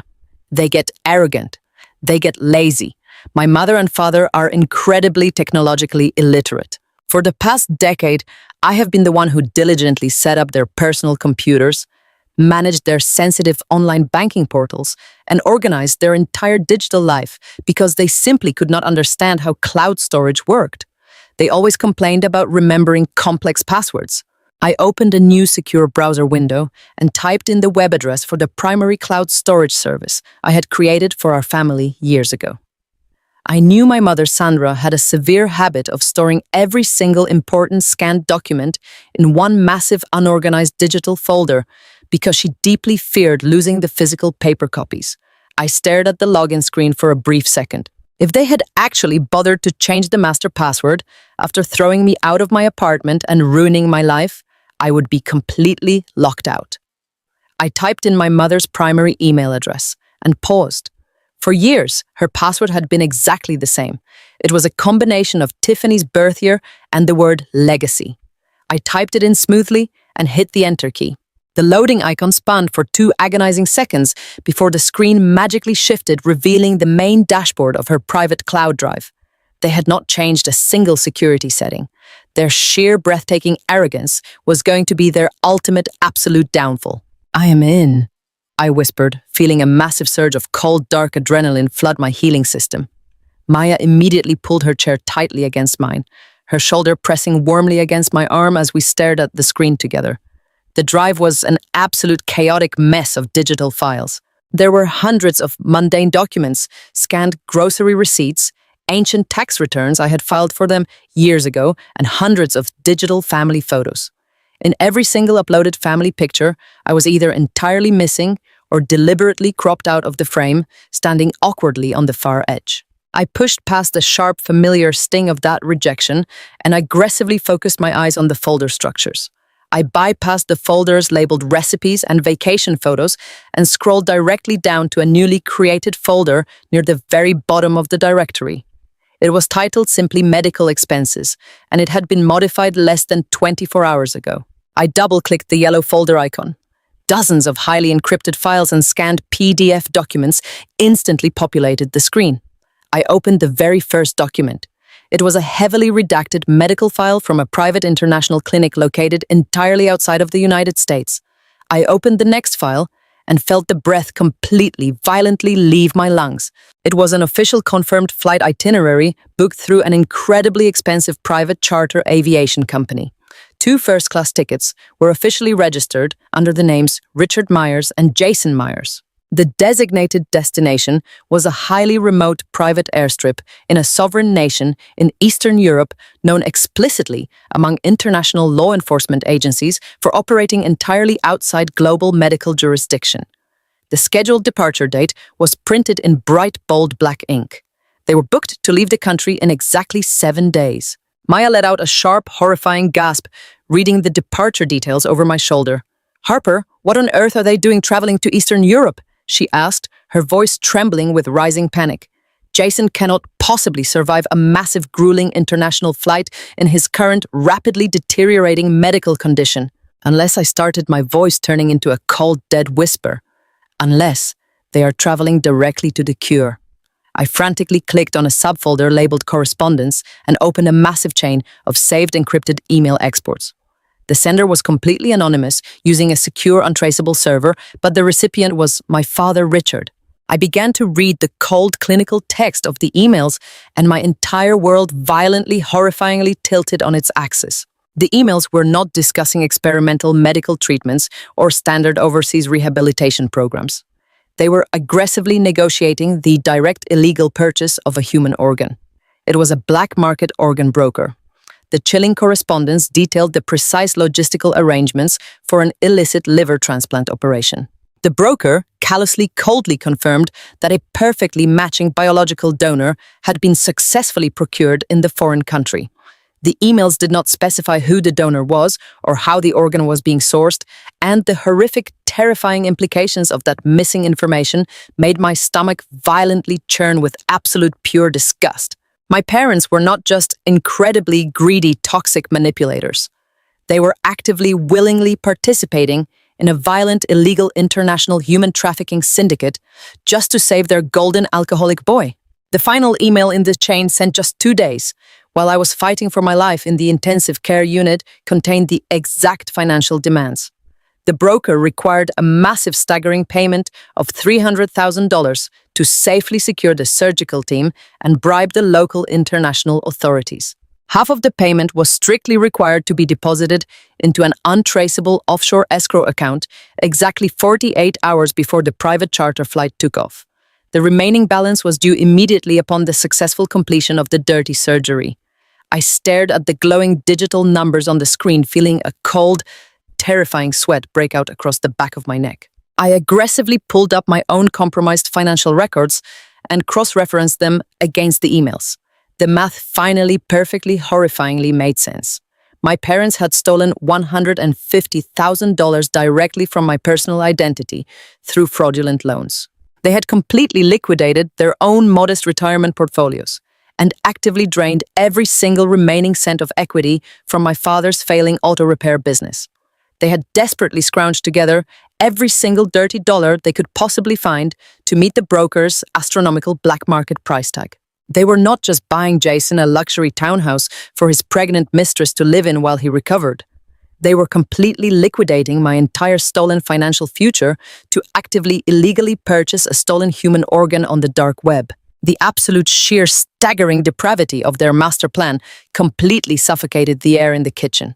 When they had arrogantly assumed I was going to die a quiet, brain-dead tragedy in that sterile hospital bed, they had simply planned to legally, cleanly harvest my healthy liver for free.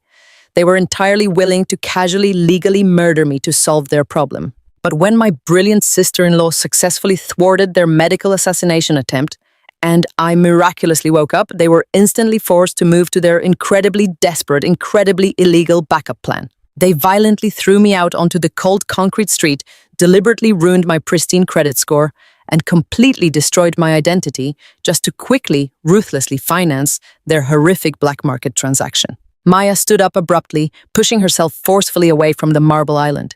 Her beautiful face was completely pale, her dark eyes wide with absolute horror. "My husband," she whispered, her voice cracking, breaking under the immense crushing weight of the terrible truth. "My husband is using stolen money to buy a secret house for his pregnant mistress and flying across the world to illegally buy a stolen human organ. He is a complete, absolute monster. Your parents are absolute monsters, Harper. They are literal criminals." I looked at the digital clock, glowing brightly on the corner of my computer screen. The fierce, terrifying reality of the situation rapidly, aggressively crashed down on my shoulders like a massive collapsing building. "We have exactly 7 days, Maya," I said, my voice trembling with profound, intense fear. "The flight leaves in exactly 1 week. The broker requires the initial massive wire transfer to be deposited into the offshore escrow account in exactly 5 days. If my father successfully authorizes that digital transfer and they physically board that private charter plane, my stolen money is completely permanently gone. Once those funds cross international borders into the dark, untraceable void of a black market syndicate, no federal agency, no bank, and no local police department will ever be able to successfully claw it back."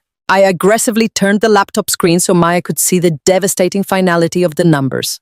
"If they get on that plane," I continued, my voice rising with desperate, terrifying urgency, "I am going to be left completely alone, holding the entire explosive bag for the $150,000 in fraudulent debt. The major banks and the aggressive lending institutions do not care about family drama or international organ smuggling. They only care about the legal signature on the loan documents. If I cannot definitively, absolutely prove that those massive loans were fraudulently executed by my parents before the money completely vanishes, I will be totally destroyed. The banks will aggressively, mercilessly garnish my corporate wages. They will violently, permanently seize all my future assets. I will be facing massive, inescapable bankruptcy and potentially incredibly severe federal fraud charges, simply because the loans originated from my own personal verified internet protocol history before the locks on my apartment were changed. I will literally go to federal prison for loans I never ever authorized, while Jason successfully gets his shiny new illegal liver and plays a happy, wealthy father with his secret mistress in the suburbs. The heavy, terrifying silence in the luxury kitchen stretched out endlessly. We were completely, severely cornered. If we blindly rushed to the local police right now without a completely bulletproof, inescapable trap, the authorities would immediately freeze all the accounts. But freezing the accounts would only temporarily delay the inevitable. The burden of legal proof for complex synthetic identity theft is incredibly, incredibly high. My parents could easily completely lie to the investigators. They could easily falsely claim I willingly authorized the loans to help my dying brother and then maliciously changed my mind. The resulting legal investigation would slowly, painfully drag on for months or even years, completely ruining my pristine corporate auditing career and keeping me trapped in a massive, terrifying legal limbo. And during that long, chaotic delay, my wealthy, well-connected parents could simply quietly slip away, completely vanishing into the wind and leaving me to entirely take the brutal, devastating fall. I looked up at Maya. The tears had completely dried on her beautiful face. The profound initial shock and the deep, miserable heartbreak of her husband's terrible infidelity had been completely, violently burned away.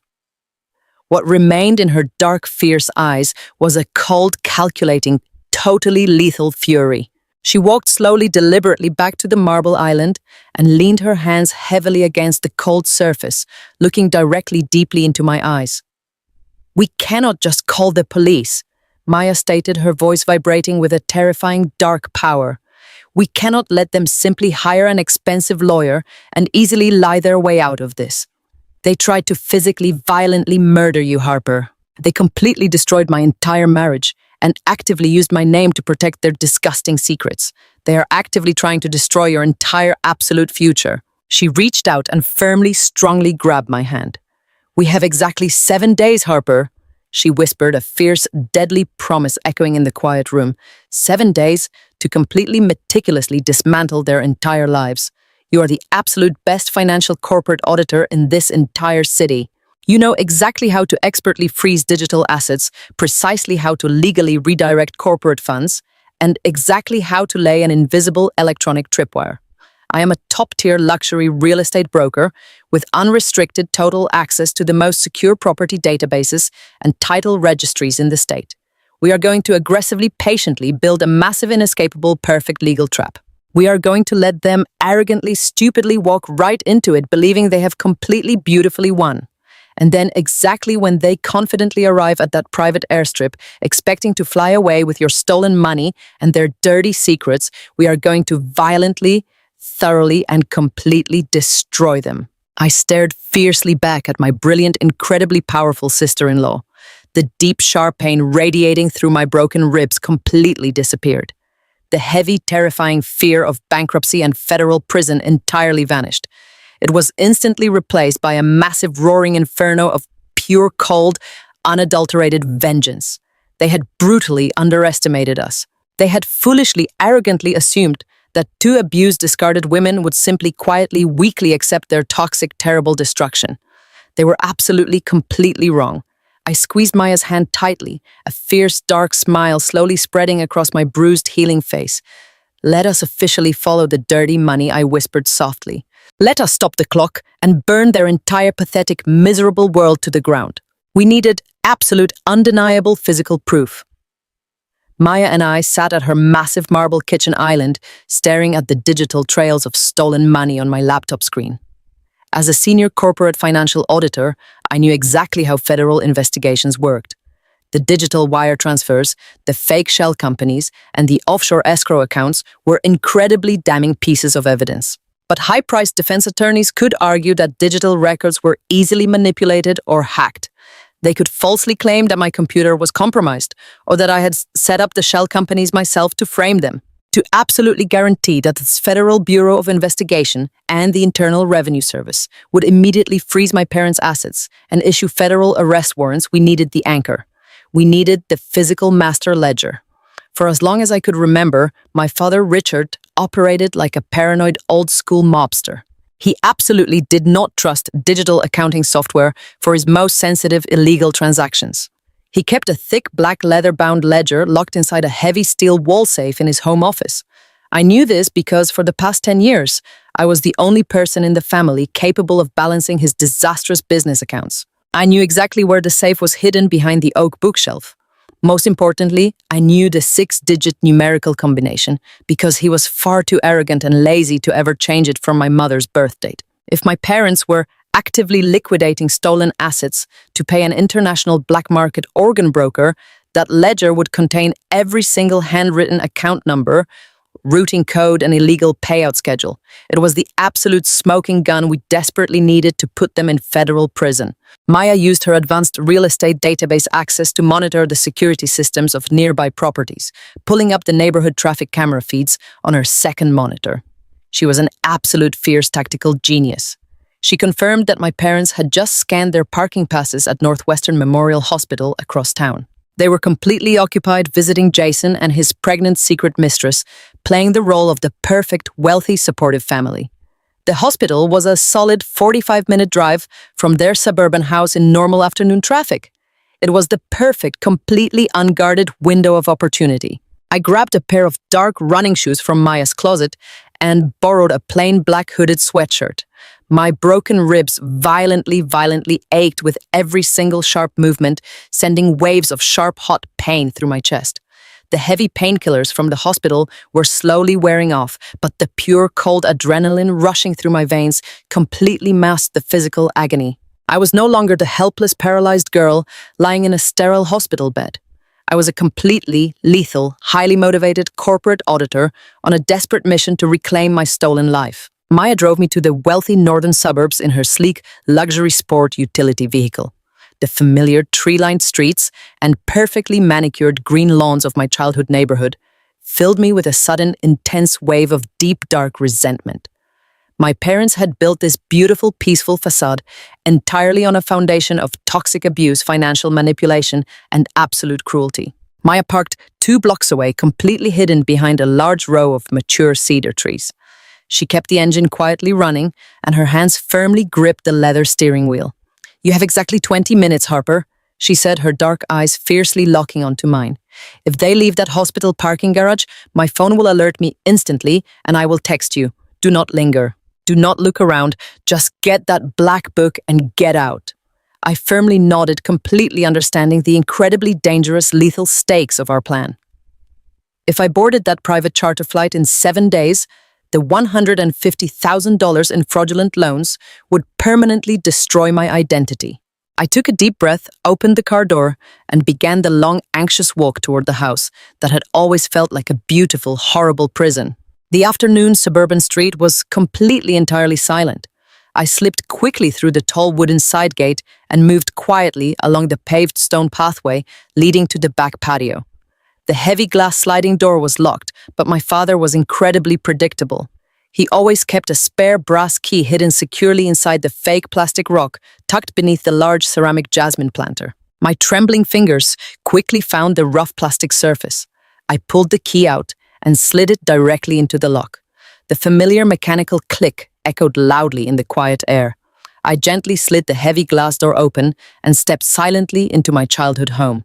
The thick air conditioning instantly hit my bruised face, carrying the distinct familiar scent of my mother's, expensive floral air freshener, and the rich lemon furniture polish she obsessively used.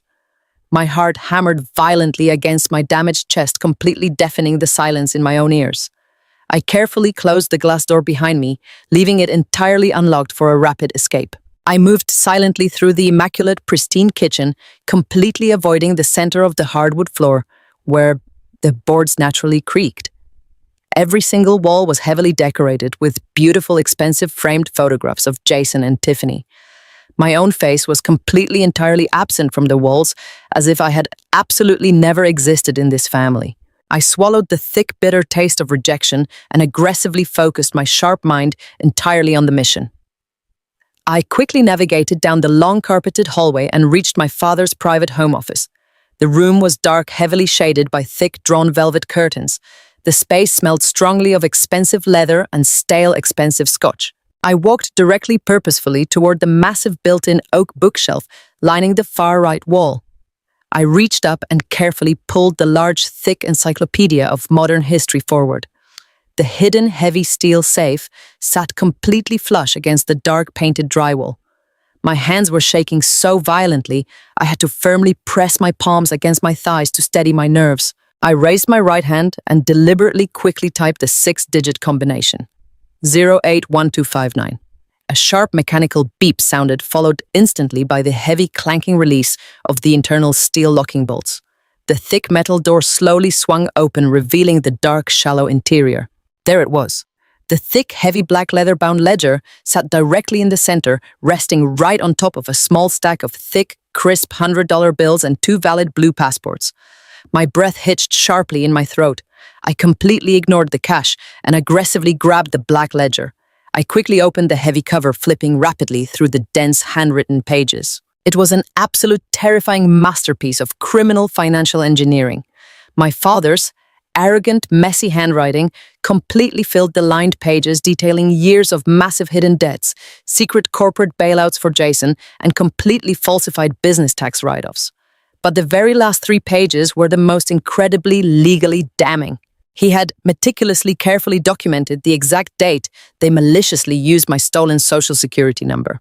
He had explicitly written down the 3 specific fraudulent loan amounts and the corresponding fake corporate shell accounts. And right there on the final open page was the absolute golden ticket. He had clearly, completely listed the international offshore routing numbers, the exact untraceable escrow accounts, and the specific final payment schedule for the black market organ broker in Eastern Europe. The incredibly horrific words, donor procurement fee and medical extraction bribe, were literally written in plain blue ink. It was all the absolute solid, undeniable physical proof I needed to totally legally destroy them. I aggressively shoved the heavy black ledger deep into the hidden front pocket of my hooded sweatshirt. I reached forward to push the heavy steel safe door completely closed when a sudden, terrifying sound violently shattered the quiet silence of the house. It was the loud, unmistakable mechanical grinding of the automatic front garage door slowly opening. Pure blinding, absolute panic violently flooded my entire nervous system. The heavy floorboards slightly vibrated beneath my running shoes as the powerful engine of my father's luxury sedan pulled directly into the attached garage. He was completely, unexpectedly, absolutely home. My cell phone aggressively buzzed in my back pocket, violently vibrating against my hip. I quickly pulled it out and saw a frantic, desperate text message from Maya glaring brightly on the screen. He left the hospital early. He is pulling into the driveway right now. Get out immediately. I was totally trapped. The home office was located entirely down a long, narrow hallway that directly sharply intersected with the main front foyer and the interior garage access door. If I tried to silently run toward the back patio sliding door, my father would easily completely see me the very second he stepped into the main house. I had absolutely zero physical way out of the downstairs level. I heard the heavy, loud thud of the solid metal garage door completely slamming shut. I heard the sharp jingling of his car keys. I had less than 10 incredibly short, terrifying seconds. I frantically, silently backed out of the dark home office, entirely abandoning the open steel safe. I turned and sprinted completely silently up the thick carpeted main staircase. My fractured, bruised ribs violently screamed in pure, hot, blinding agony with every single rapid, desperate upward step. I felt a sharp, tearing sensation in my healing side, but I completely forcefully ignored the horrible physical pain. I reached the second-floor landing exactly as I heard the interior garage door loudly click open downstairs. I darted blindly, frantically into the very first room on the right side of the hallway. It was my old, tiny childhood bedroom. The space had been completely, entirely stripped bare and violently converted into a cold, empty guest storage room. There was absolutely no bed, no desk, and no furniture to hide under. The only available cover was the small, narrow built-in closet in the far corner. I rushed desperately toward it, pulling the wooden louvered doors open and violently throwing myself inside the tiny, dark, cramped space. I aggressively pulled the wooden doors completely shut, leaving only a microscopic tiny sliver of a gap to look through. I pressed my trembling, aching back firmly against the cold, hard back wall of the tiny closet. The space smelled strongly heavily of old dusty cedar wood and forgotten cardboard boxes. I frantically pulled my dark hood entirely over my head and clamped both of my shaking hands completely over my mouth, physically forcefully suppressing my rapid, terrified breathing. I squeezed my eyes tightly shut silently, violently praying to any universe that would listen. I heard the heavy, solid thud of my father's expensive leather boots slowly, aggressively walking up the main carpeted stairs. My heart hammered so violently loudly against my chest. I was absolutely terrified the deep rhythmic pounding would physically vibrate through the thin wooden closet doors and completely give away my hidden position. Why was he walking upstairs? His home office and the open hidden steel safe were located entirely on the first floor. If he walked into his office and saw the open wall safe, he would instantly violently know an intruder was inside the house. But the heavy boots completely bypassed the downstairs hallway entirely. He was walking directly purposefully toward my old childhood bedroom. The brass doorknob of my bedroom clicked loudly, sharply. The wooden door swung slowly, fully open, casting a long, terrifying beam of bright hallway light directly across the carpeted floor. Through the tiny microscopic sliver in the wooden louvered closet doors, I saw my father's tall, imposing frame step directly into the room. He was holding his cell phone tightly against his ear, and his face was twisted into a dark, aggressive, arrogant scowl. He was less than 5 incredibly short feet away from my trembling, hidden body. I entirely stopped breathing. My lungs fiercely, violently burned, begging for desperately needed oxygen. But I remained perfectly still. I was entirely trapped in a tiny dark box, fully at the complete mercy of the man who had just ruthlessly, happily ordered my absolute medical execution.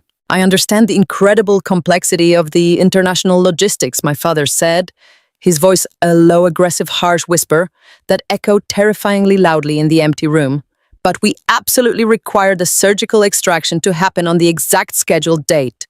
My son is running entirely out of time. He cannot survive another 2 weeks waiting for your local corrupt medical officials to slowly clear the necessary bribery paperwork.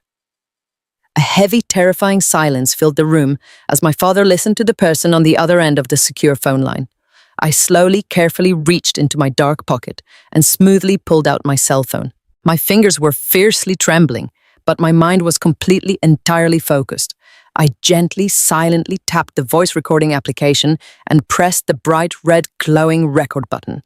I held the digital microphone completely steady, capturing every single crystal clear syllable of his incredibly damning conversation. I am fully aware of the astronomical cost, my father continued, his voice dripping with intense, furious irritation. We already sent the first incredibly massive wire transfer to your designated shadow account in Cyprus. Do you have absolutely any idea what I had to strategically, brutally do to rapidly secure that kind of clean liquid cash?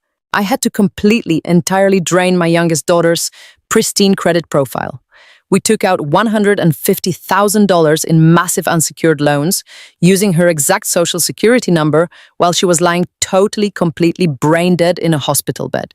We absolutely legally assumed full medical power of proxy. It was the absolute perfect, flawless financial crime. She was supposed to conveniently, beautifully die yesterday morning, and the massive debt would have simply entirely vanished into standard probate court. But the useless, difficult little bitch miraculously woke up at the absolute last possible terrifying second. My father aggressively, angrily paced back and forth across the carpeted floor, stepping incredibly, terrifyingly close to the thin wooden closet doors. I could clearly see the expensive stitching on his polished leather boots through the tiny wooden slats. I kept the recording phone entirely still, capturing his absolute full total confession. We violently threw her out onto the absolute freezing streets this morning. He aggressively continued, his tone filled with absolute pure sickening venom. We totally changed the locks on her expensive apartment and completely abandoned her without a single red dime. She's currently fully distracted, frantically trying to figure out how she became totally homeless. She has absolutely zero resources, zero family support, and absolutely zero capability to legally fight back before the massive bank loans fully default. We will be entirely safely on that private charter flight out of the country in exactly 7 short days. Once the illegal surgical transplant is perfectly finished, and Jason has his brand new healthy liver, we will simply vanish into the international wind. You just legally ensure the foreign donor is fully prepped, and the local authorities look entirely the other way. We will bring the final remaining $50,000 in pure clean cash, exactly as you heavily requested. The incredible, pure absolute evil of his detailed confession violently radiated through the dark closet. He had just explicitly admitted to massive synthetic identity fraud, grand corporate larceny, severe medical proxy forgery, and actively willingly participating in a violent illegal international human organ trafficking ring. And I had completely, perfectly successfully recorded every single beautiful, damning second of it in crystal clear digital high-definition audio. This was absolutely entirely over. They were completely, totally finished. I slowly, carefully slid the cell phone back into my dark pocket, my broken chest violently burning with the desperate, intense need to breathe. My father finally aggressively ended the phone call, letting out a loud, frustrated huff of annoyed breath. He aggressively ran his heavy hand through his graying hair, muttering an incredibly foul, derogatory curse word about me under his breath. He turned completely around and slowly, heavily walked out of the empty room. I heard his heavy leather boots walk aggressively down the hallway toward the massive master bedroom suite. I waited exactly 30 incredibly agonizing, terrifying seconds before I finally let out a long, slow, quiet, shaky breath. I slowly, carefully pushed the wooden louvered doors open perfectly, ensuring the metal hinges did not make a single tiny squeak. I slipped out of the dark, dusty closet and immediately moved toward the bedroom door. I had the physical, heavy black ledger completely secured in my pocket. I had the digital, high-definition audio confession perfectly safely saved on my phone. I had every single piece of absolute undeniable evidence required to perfectly, absolutely bury them entirely under a federal prison. I just needed to successfully, quietly escape the house without being seen. I crept perfectly silently down the carpeted stairs, my running shoes barely making a single tiny sound. I reached the bottom landing and swiftly, rapidly moved toward the main front foyer. The heavy wooden front door was exactly 20 incredibly short feet away. I just needed to open it, run entirely across the front lawn, and dive safely, perfectly into Maya's waiting vehicle. I took 3 rapid, quick steps across the smooth, polished hardwood floor of the foyer. But in my incredibly desperate, frantic rush to completely escape my tired, exhausted, healing body, made one single incredibly tiny catastrophic miscalculation. My right running shoe caught the very edge of the thick decorative Persian rug running across the entryway. My foot violently, aggressively slipped forward completely, throwing my entire physical balance totally off-center. I stumbled heavily, aggressively forward, instinctively, immediately, throwing my left arm out to completely physically catch my falling weight. My hand violently, harshly slammed completely directly into the large, expensive antique ceramic vase sitting heavily on the narrow glass console table. The incredibly tall, heavy vase violently tipped completely over.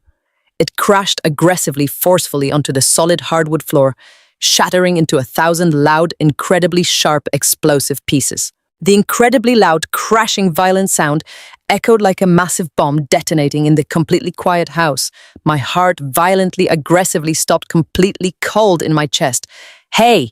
A massive, loud, aggressive voice violently roared from the top of the stairs. "Who is absolutely down there?"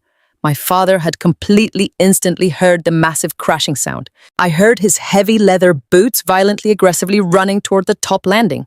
I completely, entirely abandoned absolutely all stealth. I lunged violently, frantically toward the heavy wooden front door, violently, aggressively grabbing the brass handle. I ripped the heavy door entirely, completely open and sprinted fiercely, incredibly desperately out onto the front concrete porch. But as I violently yanked the heavy front door open, I heard the absolute most terrifying sound in the entire world. It was the sharp, piercing, incredibly loud mechanical beeping of the home security system. When my father had unexpectedly entered through the garage, he had immediately completely armed the aggressive exterior perimeter alarm system. By violently throwing the front door completely open, I had instantly, entirely triggered the active away chime. The incredibly loud, deafening, violent security siren instantly, completely began to aggressively, perfectly blare, filling the entire quiet suburban street with a massive, incredibly loud warning alarm. I sprinted violently, aggressively down the paved concrete walkway, my broken ribs absolutely screaming in pure, hot white agony. I tore completely, fiercely across the manicured green lawn, entirely ignoring the sharp physical pain burning through my side. I reached the quiet suburban street and saw Maya's sleek luxury vehicle idling urgently, aggressively at the far corner. I ran desperately, wildly toward the idling car. Maya had already aggressively, completely thrown the passenger door entirely, completely open. I dove violently, aggressively into the leather seat, violently slamming the heavy car door completely shut behind me. "Go, Maya!" I screamed frantically, violently, completely out of breath. "He is absolutely right behind me. Just drive." Maya violently, aggressively slammed her foot directly onto the gas pedal. The powerful luxury vehicle aggressively, fiercely lunged, totally perfectly forward tires, loudly screeching aggressively against the dark asphalt. I aggressively threw myself completely down into the leather seat, violently struggling to catch my horrible, panicked breath. I completely pulled the heavy black ledger safely, securely from my dark pocket and fiercely, tightly gripped my cell phone. We sped violently, frantically, rapidly out of the quiet suburban neighborhood, completely leaving the loud blaring security siren fading quickly into the distance. "Did you get the evidence?" Maya asked, her voice incredibly fierce, completely, perfectly focused on the road ahead. "I got absolutely, completely everything," I gasped, my chest violently, fiercely heaving. "I have the master physical ledger, and I have a clear, perfect digital recording of him explicitly, exactly confessing to the entire horrible international organ scheme." Maya let out a fierce, dark, beautiful, victorious laugh. "We absolutely have them, Harper," she perfectly said. "We are going to totally, beautifully destroy them." I looked down at the physical, heavy black book resting perfectly securely in my lap. We absolutely had the undeniable, completely unshakable proof. But the massive, blaring, loud security alarm had completely, violently, fundamentally changed the entire absolute game. My father now completely, instantly knew that someone had maliciously, violently broken into his secure home. He would immediately, absolutely check his hidden home office. He would instantly discover the open, empty steel safe and realize the heavy master black ledger was completely, entirely missing. He would instantly, completely, heavily panic. My incredibly greedy, toxic parents would no longer calmly, confidently wait 7 entire long days for their private scheduled charter flight. They would immediately, completely, frantically scramble to illegally, aggressively move the fraudulent money and violently, completely try to vanish from the country, incredibly, incredibly tonight. The incredibly short 7-day timeline had completely, entirely, violently evaporated. We were absolutely, entirely, completely out of time. We had to perfectly legally spring the massive explosive trap right absolutely completely now. The deafening blare of my childhood home security alarm was still ringing loudly in my ears as Maya tore down the dark suburban streets in her luxury vehicle. We had the physical black ledger and the pristine audio recording of my father's horrific confession, but the timeline had completely evaporated. My parents were fully aware that someone had breached their secure safe. They knew the digital clock was rapidly ticking down to 0. By the time the sun came up the next morning, Maya and I had converted her sleek downtown condominium into a highly secure financial command center. I spent hours frantically tracking the digital movement of my stolen identity funds, while Maya aggressively utilized her elite real estate connections to monitor my parents' physical movements. We desperately needed to know exactly how they planned to execute their panicked exit strategy. The terrifying answer arrived late that afternoon in the form of an incredibly lavish digital invitation forwarded to Maya by one of her wealthy country club clients. It was an urgent, exclusive invitation to a highly formal farewell and medical fundraiser gala hosted by Richard and Brenda Myers.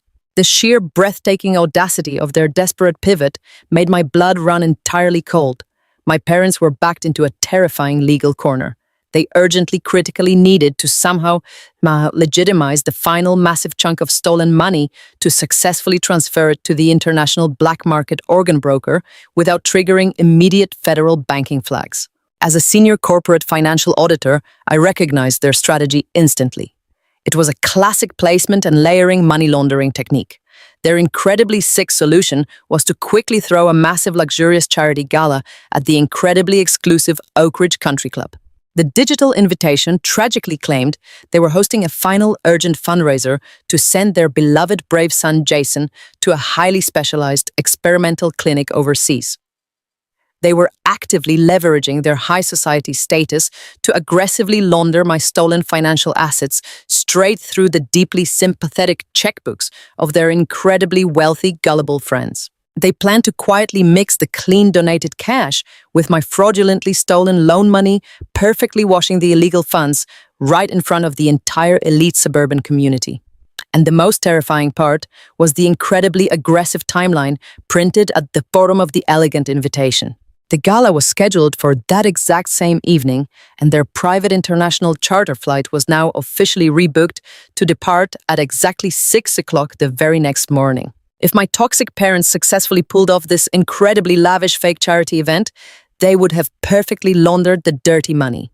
They would swiftly board that private plane, entirely vanishing into a corrupt sovereign nation with Jason's new illegal liver safely secured. I would be completely, permanently left behind, aggressively drowning in $150,000 of massive fraudulent debt, facing severe federal prison time for loans I never actually authorized.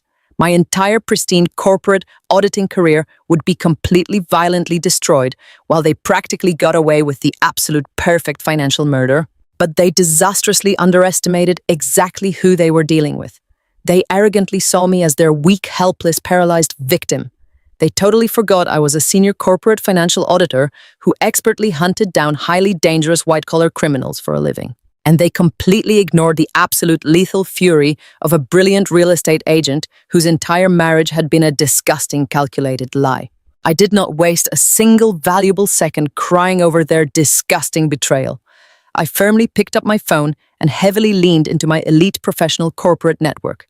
I directly bypassed the standard slow local police channels and aggressively dialed the secure direct line of a senior investigator I had previously worked with on a massive corporate embezzlement case.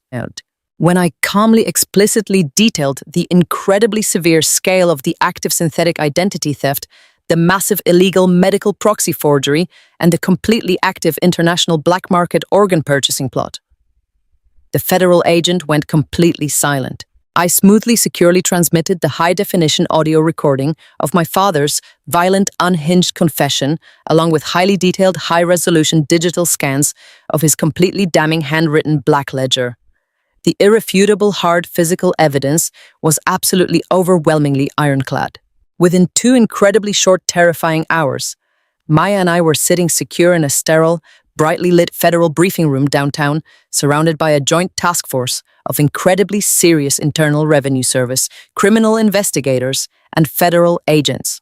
The senior task force commander, a tall, broad-shouldered man with incredibly cold, calculating eyes, carefully reviewed the heavy, leather-bound ledger I had bravely stolen from the wall safe.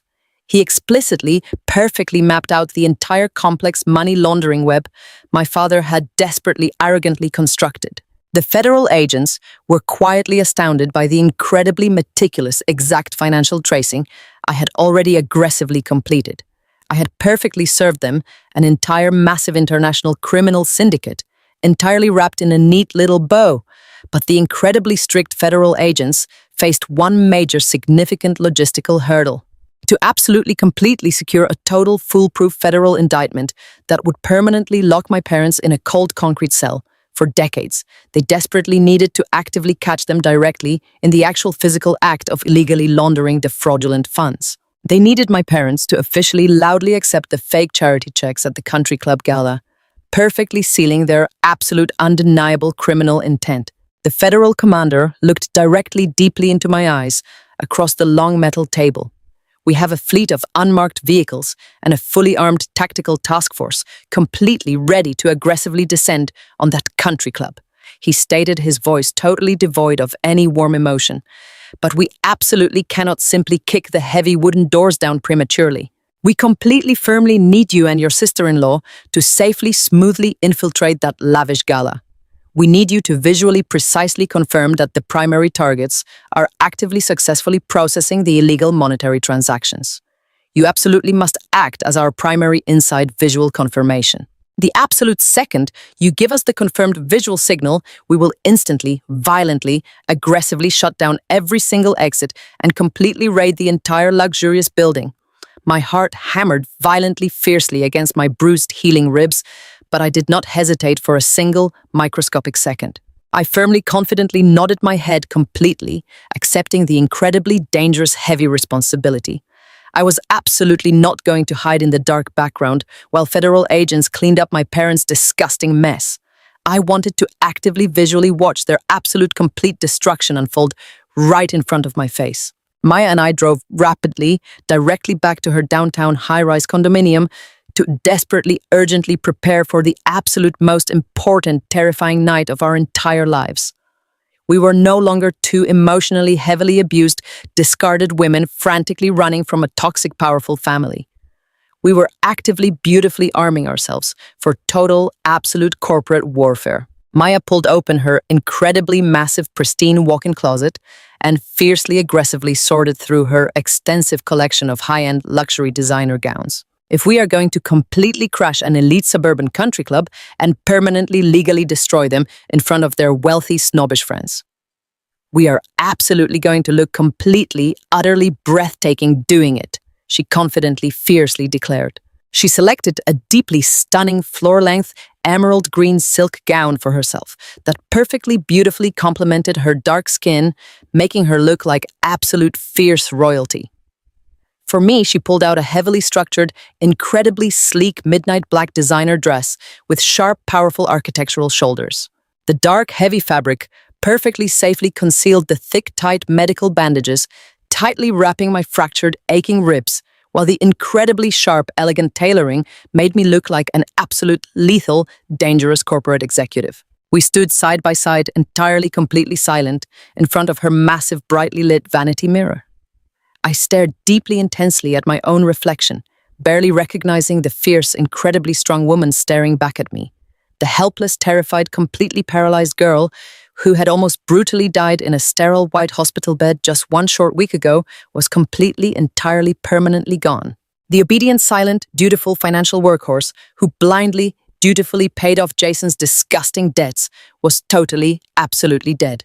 The woman firmly standing in the mirror was a highly dangerous, meticulously calculating predator, perfectly, completely ready to legally, ruthlessly execute the absolute final incredible stage of a flawless trap. Maya gently, smoothly pinned my dark hair back into a severe, tight, elegant knot, perfectly exposing my sharp jawline and my dark, intense, focused eyes. She looked absolutely incredibly beautiful, fiercely radiating an incredibly cold, totally lethal energy. We did not need to say a single encouraging word to each other. The deep, absolute mutual understanding of our incredibly perfectly aligned vengeance heavily, thickly, completely filled the silent, quiet room. We were walking straight into the lion's den, and we were bringing the entire federal government with us. Maya aggressively, confidently drove her sleek black luxury vehicle incredibly smoothly down the long, winding, tree-lined driveway leading to the highly exclusive, incredibly expensive Oak Ridge Country Club. The massive, incredibly sprawling historic estate was completely, brilliantly illuminated by hundreds of twinkling, warm fairy lights and massive, bright professional spotlights. A long line of incredibly expensive foreign luxury cars was queued perfectly neatly at the front entrance, where young, eager valets in sharp, crisp uniforms rapidly opened heavy doors for the incredibly wealthy elite guests. The entire atmosphere felt incredibly, sickeningly festive, entirely, completely detached from the absolute horrific, violent reality of my parents' incredibly massive criminal actions. I slowly, completely, casually rolled down the tinted passenger window, letting the crisp, cold evening air gently wash over my completely calm, carefully composed face. As we slowly, smoothly pulled up toward the bright, busy Valley station, I casually glanced toward the dark, dense, manicured tree line bordering the massive green golf course, perfectly analyzing the dark perimeter. Hidden completely, perfectly silently in the deep, dark shadows, totally, entirely out of sight from the wealthy, laughing guests, were 5 massive, completely black, unmarked federal sport utility vehicles. The heavily tinted, thick windows perfectly successfully concealed the highly armed, serious tactical IRS and FBI agents waiting completely patiently inside. They were perfectly actively monitoring our exact physical approach, completely, absolutely ready to aggressively, flawlessly spring the massive heavy trap, the absolute precise second I delivered the final green light. A cold, sharp, heavy shiver of pure, absolute thrilling anticipation completely, wildly raced directly down my damaged, healing spine. My incredibly toxic, incredibly greedy parents were currently standing inside that beautiful, bright, lavish ballroom, confidently, totally happily clinking expensive crystal champagne glasses, completely, incredibly, absolutely certain they had successfully, brutally orchestrated the absolute perfect impossible murder and the perfect massive financial heist. They had absolutely, totally, completely no earthly idea that their discarded, heavily abused daughter was walking directly, confidently up the front carpeted steps, actively, powerfully dragging the absolute, entire, heavy, devastating weight of the federal justice system right behind her. Maya confidently, smoothly handed her heavy car keys to the young, wide-eyed valet, perfectly maintaining her completely icy, majestic composure. We turned beautifully simultaneously and began carefully, smoothly walking up the wide grandstone steps toward the heavy, ornate brass entrance doors. I could heavily, clearly hear the soft, elegant sounds of a live classical string quartet, gently, gracefully drifting out from the main luxurious ballroom, completely mingling with the loud, arrogant, cheerful laughter of the incredibly wealthy, oblivious attendees. My heart was heavily, violently, aggressively pounding so deeply, loudly against my shattered bones. I was completely, entirely certain everyone in the immediate vicinity could hear the violent, rhythmic thud. But my physical face was a perfect, incredible, smooth mask of absolute pure calm, cold, detached, corporate professionalism. I took one final, incredibly deep, long breath, completely, entirely filling my damaged, broken lungs with the crisp, cool, sharp evening air. I was absolutely ready. We simultaneously, powerfully pushed the heavy grand brass doors completely forcefully open, stepping beautifully, gracefully, confidently into the bright, blinding, glowing light of my parents.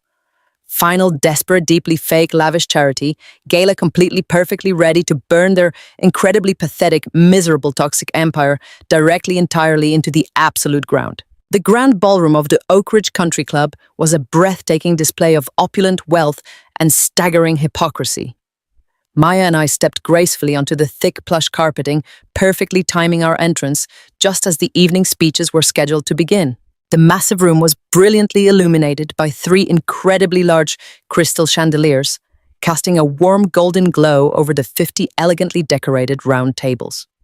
Waiters in crisp white tuxedos silently glided through the incredibly wealthy crowd carrying silver trays loaded with expensive champagne flutes and gourmet appetizers.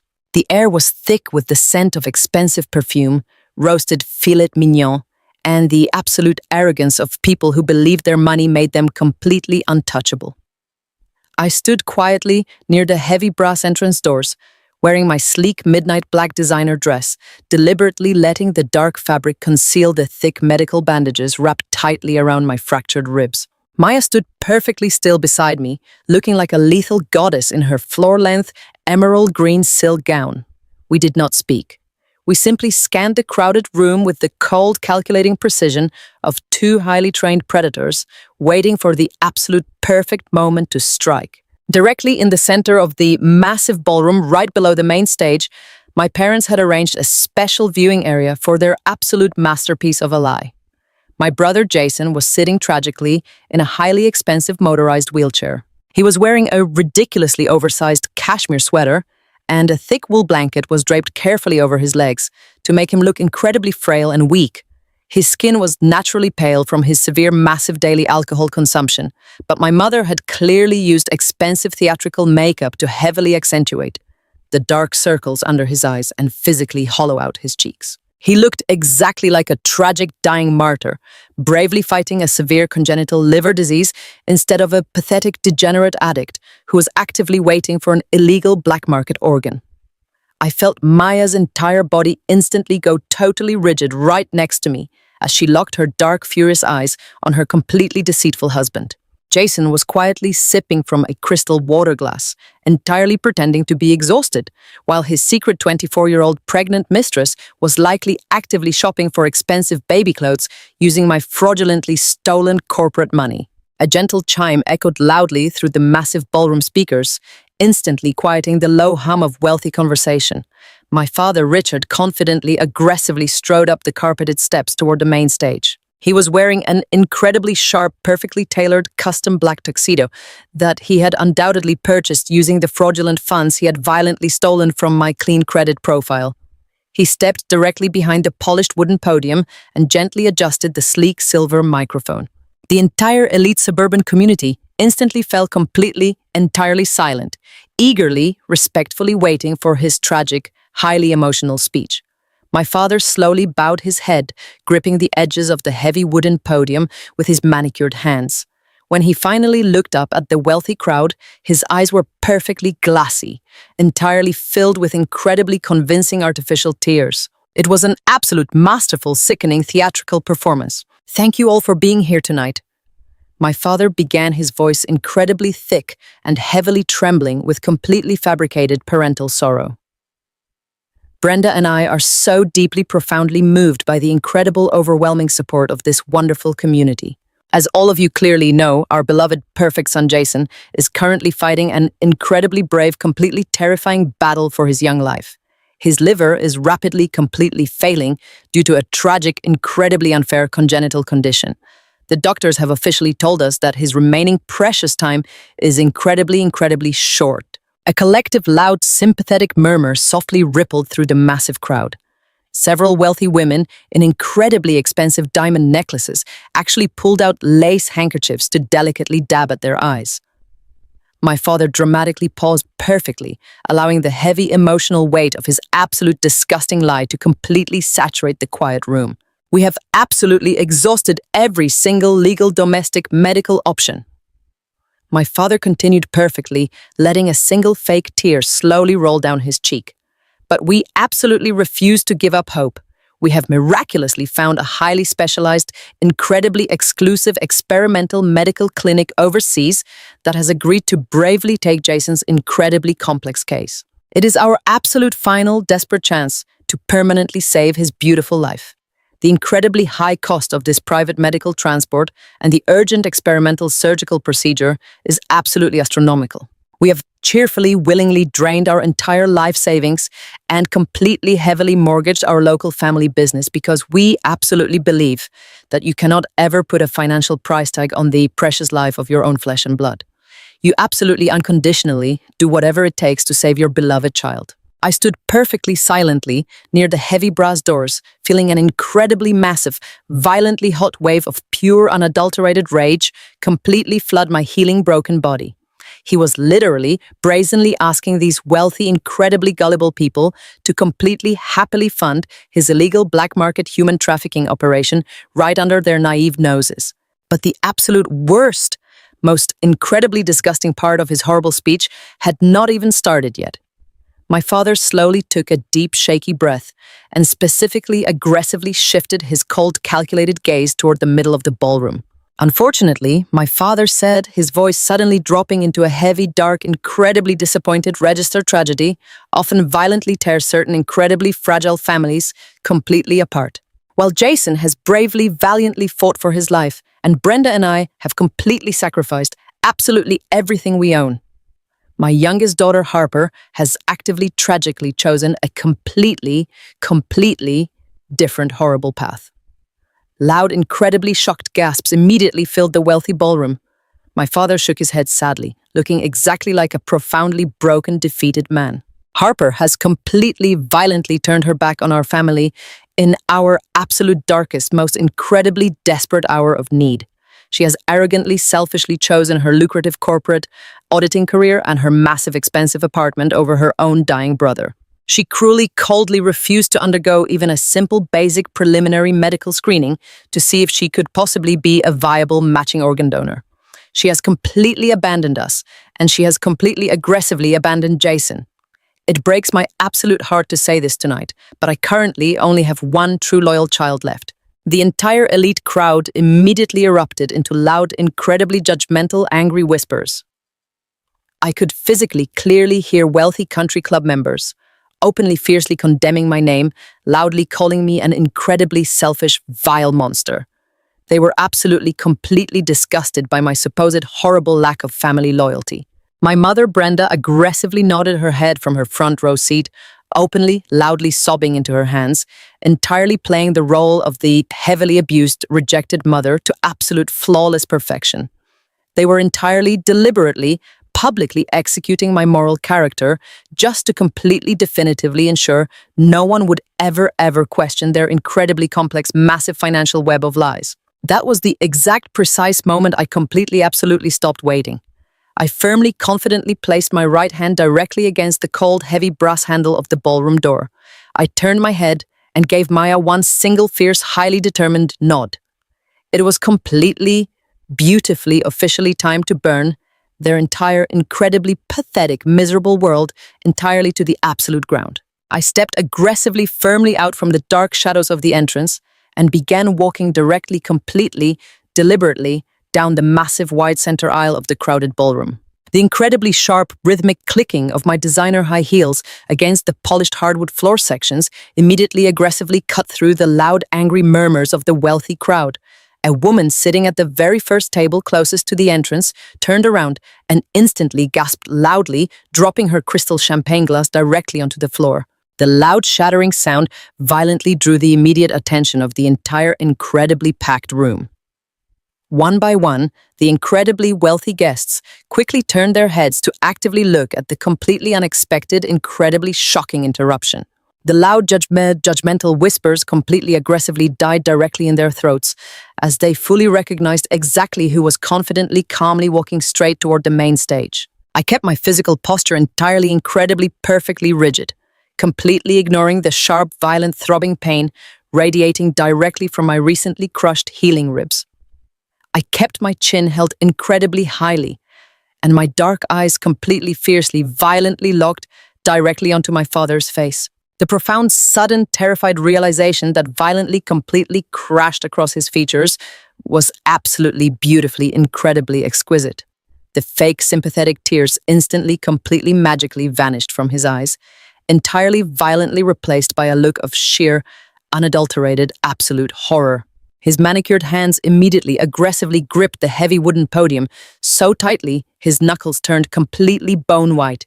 From the front row seating area, my mother Brenda let out a loud, strange choking sound, actively scrambling awkwardly to her feet, her designer chair loudly scraping backwards. She stared directly at me, completely, entirely frozen, perfectly resembling a terrified, cornered animal successfully trapped directly in incredibly bright, blinding headlights. I reached the bottom of the main stage and confidently, smoothly walked directly up the carpeted stairs. The entire massive ballroom was so incredibly, entirely, completely silent, you could have easily, clearly heard a single tiny pin drop. I walked perfectly, calmly, entirely, steadily, directly up to the heavy wooden podium. My father did not attempt to forcefully, violently stop me. He was completely, entirely paralyzed by absolute, pure, overwhelming terror and severe, profound shock. He took a massive, terrified step backward violently, bumping directly into the large white projection screen hanging heavily behind him. I reached out and incredibly calmly, firmly seized the smooth silver microphone directly from the wooden stand. "Good evening, everyone," I said, my voice completely, incredibly steady, fiercely echoing loudly, powerfully across the massive silent room. I am Harper Myers, the supposedly incredibly selfish, completely estranged daughter you all just heard so incredibly much about. I took a deep, incredibly calm, slow breath, completely scanning the massive sea of shocked, completely, incredibly confused, wealthy faces. My father just told you an incredibly moving, incredibly emotional, totally heartbreaking story about a family completely destroyed by tragedy and desperate financial sacrifice. He told you they are desperately, bravely raising funds to save my sick brother. It was an absolutely incredibly beautiful, highly emotional performance. But I am an incredibly highly trained senior corporate financial auditor, and I incredibly strongly prefer hard, undeniable physical facts over highly dramatic fictional stories. I casually, smoothly reached directly into the small concealed pocket of my black designer dress and pulled out my incredibly sleek modern cell phone. I actively turned and perfectly locked my dark eyes directly onto the incredibly pale, terrified face of the hired audiovisual technician, nervously standing at the small control desk directly off the side of the main stage. Earlier that exact same afternoon, Maya had very aggressively, highly persuasively convinced the young technician to completely grant me unrestricted total access to the primary ballroom soundboard and the main visual projector system. I plugged the small auxiliary cord directly firmly into my phone, completely intentionally maintaining incredibly fierce, prolonged eye contact with my deeply horrified father. Instead of showing you a highly manipulated, incredibly fake slideshow of Jason's happy childhood memories, I loudly stated, my voice dripping with pure, incredibly cold, absolute lethal corporate authority. I am going to let my incredibly loving, devoted parents explicitly explain exactly what they have actually been doing for the past 2 entirely eventful weeks. I pressed the bright green play button directly on my phone screen. The incredibly high-definition, crystal-clear audio recording I had desperately, violently, successfully captured while terrified, hiding completely silently inside my dark childhood bedroom closet. Instantly, aggressively, violently blared directly through the massive, incredibly powerful premium ballroom speakers. My father's loud, incredibly furious, arrogant voice completely filled the entire massive room. I understand the incredible complexity of the international logistics. The incredibly clear audio boomed, making the entire wealthy crowd physically, violently flinch. But we absolutely required the surgical extraction to happen on the exact scheduled date. I already sent the first incredibly massive wire transfer to your designated shadow account in Cyprus. Loud, horrified, shocked gasps immediately aggressively rippled through the massive crowd. People began frantically whispering wildly to each other, completely incredibly confused by the sudden violent shift in the evening. But the recording was completely, incredibly, absolutely not finished. Do you have absolutely any idea what I had to strategically, brutally do to rapidly secure that kind of clean liquid cash? The recording aggressively, loudly continued, entirely filling the room with pure, unadulterated, absolute evil. I had to completely, entirely drain my youngest daughter's pristine credit profile. We took out $150,000 in massive unsecured loans, using her exact social security number while she was lying totally, completely brain dead in a hospital bed. We absolutely legally assumed full medical power of proxy. It was the absolute perfect, flawless financial crime. She was supposed to conveniently, beautifully die yesterday morning. A wealthy, elderly woman seated directly in the front row completely aggressively let out a loud, incredibly horrified scream, heavily covering her mouth with both of her shaking hands. The entire elite suburban crowd completely, entirely began to violently, aggressively panic. Men aggressively stood up from their tables, fiercely demanding to entirely quickly know exactly what was happening. But I absolutely refused to stop. I tapped my phone screen again, completely violently, loudly switching the active audiovisual feed directly to the massive white projection screen hanging directly behind my terrified, completely frozen father. A massive, incredibly bright, high-resolution image aggressively, completely, instantly filled the entire screen. It was not a picture of Jason. It was an incredibly detailed, highly magnified, complete digital scan of the heavy black leather-bound master financial ledger I had successfully, incredibly, bravely stolen directly from my father's highly secure home office wall safe. I smoothly, professionally highlighted the exact, highly specific column, aggressively, clearly showing the $150,000 completely, aggressively, fraudulently, illegally borrowed completely directly under my stolen social security number. I completely, meticulously highlighted the incredibly specific, exact international offshore bank routing numbers and the deeply horrifying, explicit written notes, clearly, aggressively stating the funds were for a black market medical organ extraction bribe. They did not sell their incredibly precious family business to desperately save Jason. I loudly, firmly declared, my voice completely, totally slicing directly, completely through the massive, incredibly rising, chaotic panic of the massive room.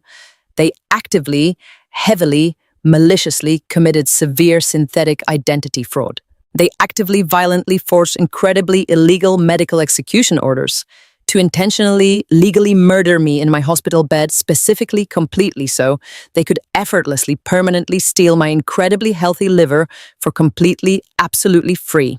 When I miraculously, incredibly survived, they aggressively changed the locks on my apartment completely, physically threw me out onto the freezing streets, completely homeless, and entirely illegally stole $150,000 to secretly, violently, illegally buy a stolen human organ on the dark international web.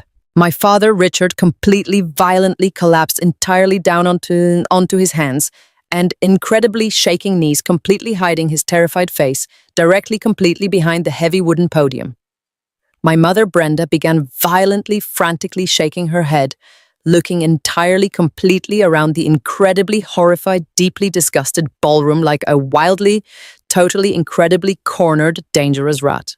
But my incredibly, perfectly, meticulously orchestrated corporate attack was completely, entirely, absolutely not finished. I tapped my phone screen one absolute, incredibly final time.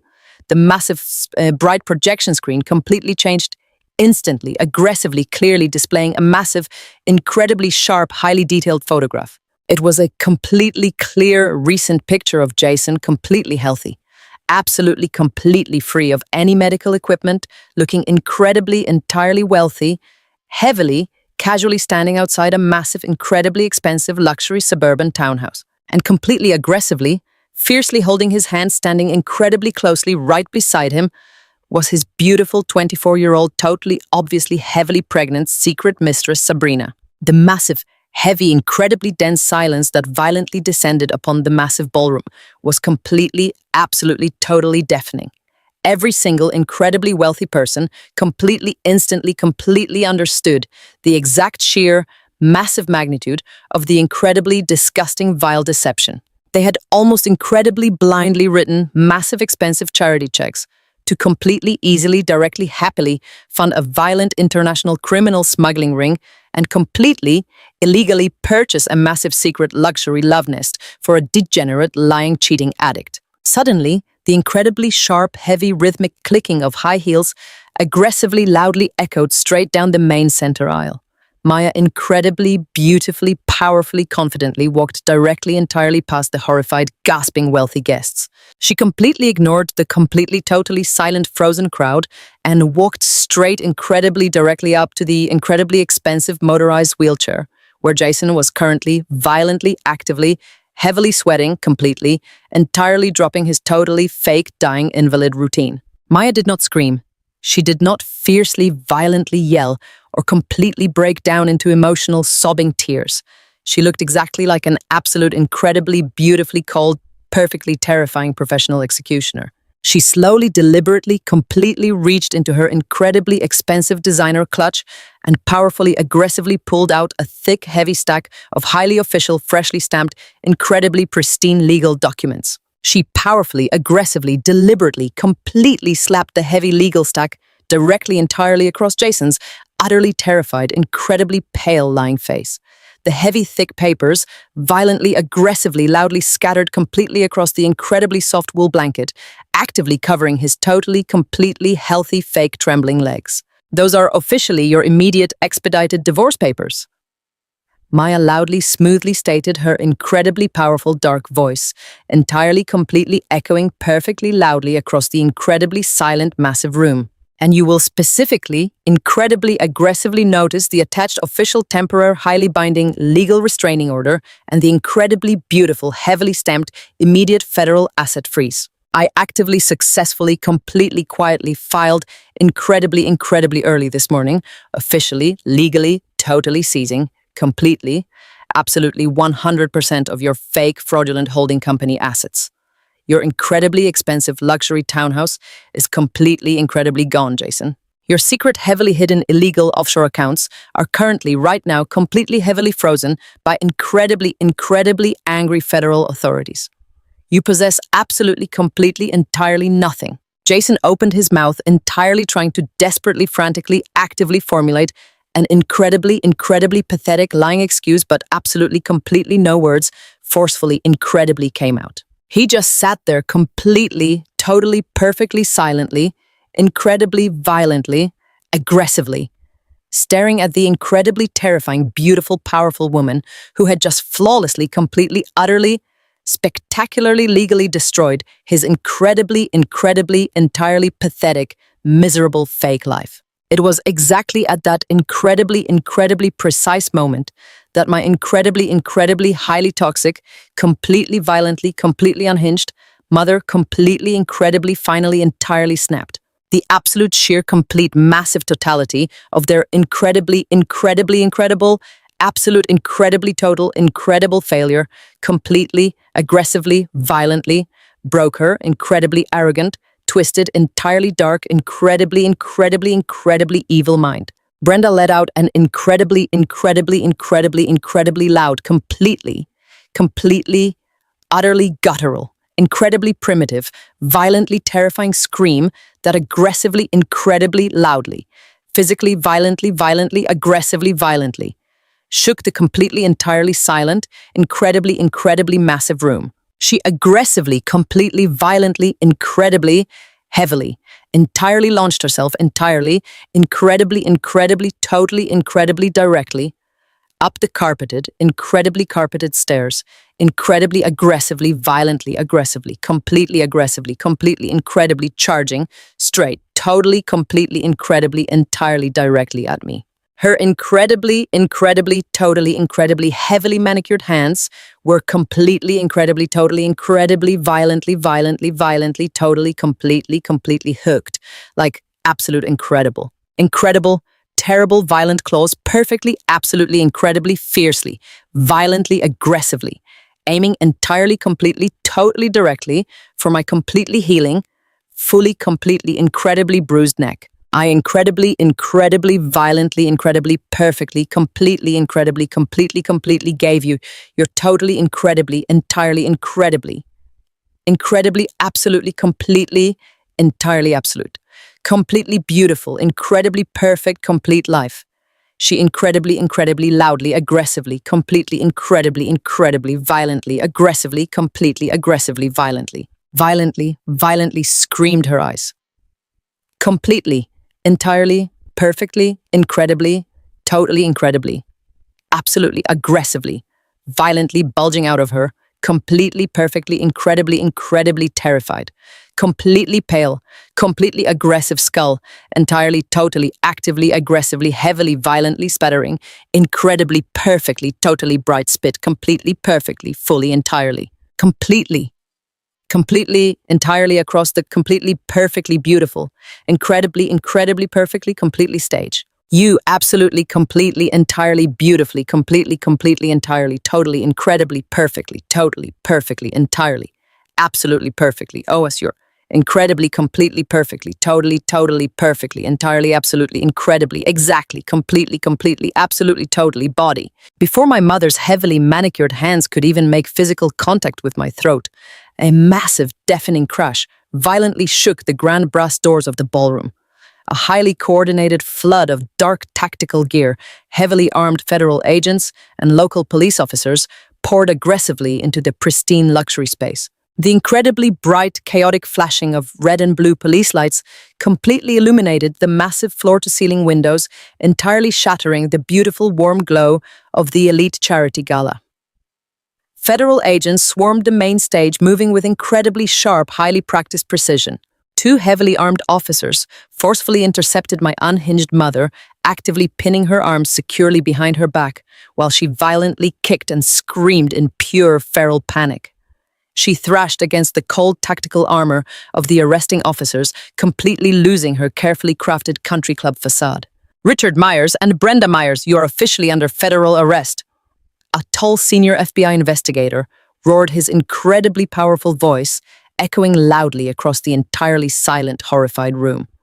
You are currently being charged with severe aggravated identity theft, massive wire fraud, illegal medical proxy forgery, and active direct conspiracy to commit international human organ trafficking. The federal agent stepped forward and pulled out his official badge, letting the cold, heavy reality of his words sink into the silent, wealthy crowd. The heavy, cold steel handcuffs loudly clicked shut around my father's wrists. He looked incredibly small and entirely, utterly pathetic standing there in his expensive tailored tuxedo. His face had completely drained of all color, matching the pale white linen of the dining tables. The incredibly wealthy elite suburban crowd physically recoiled, backing away from my parents in total, profound disgust. These were the exact same incredibly rich, powerful people who had just been deeply sympathetically writing massive charity checks a few short minutes ago.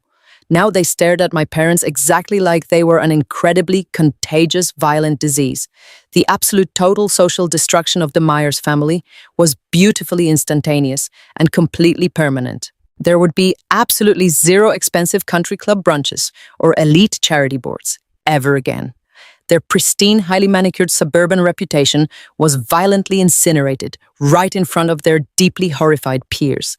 They were completely, permanently ruined, and they knew it.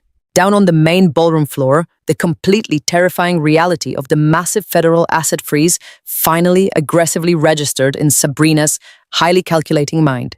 She looked directly fiercely at the heavy stacks of official legal divorce papers and immediate federal seizure notices completely scattered all over Jason's lap.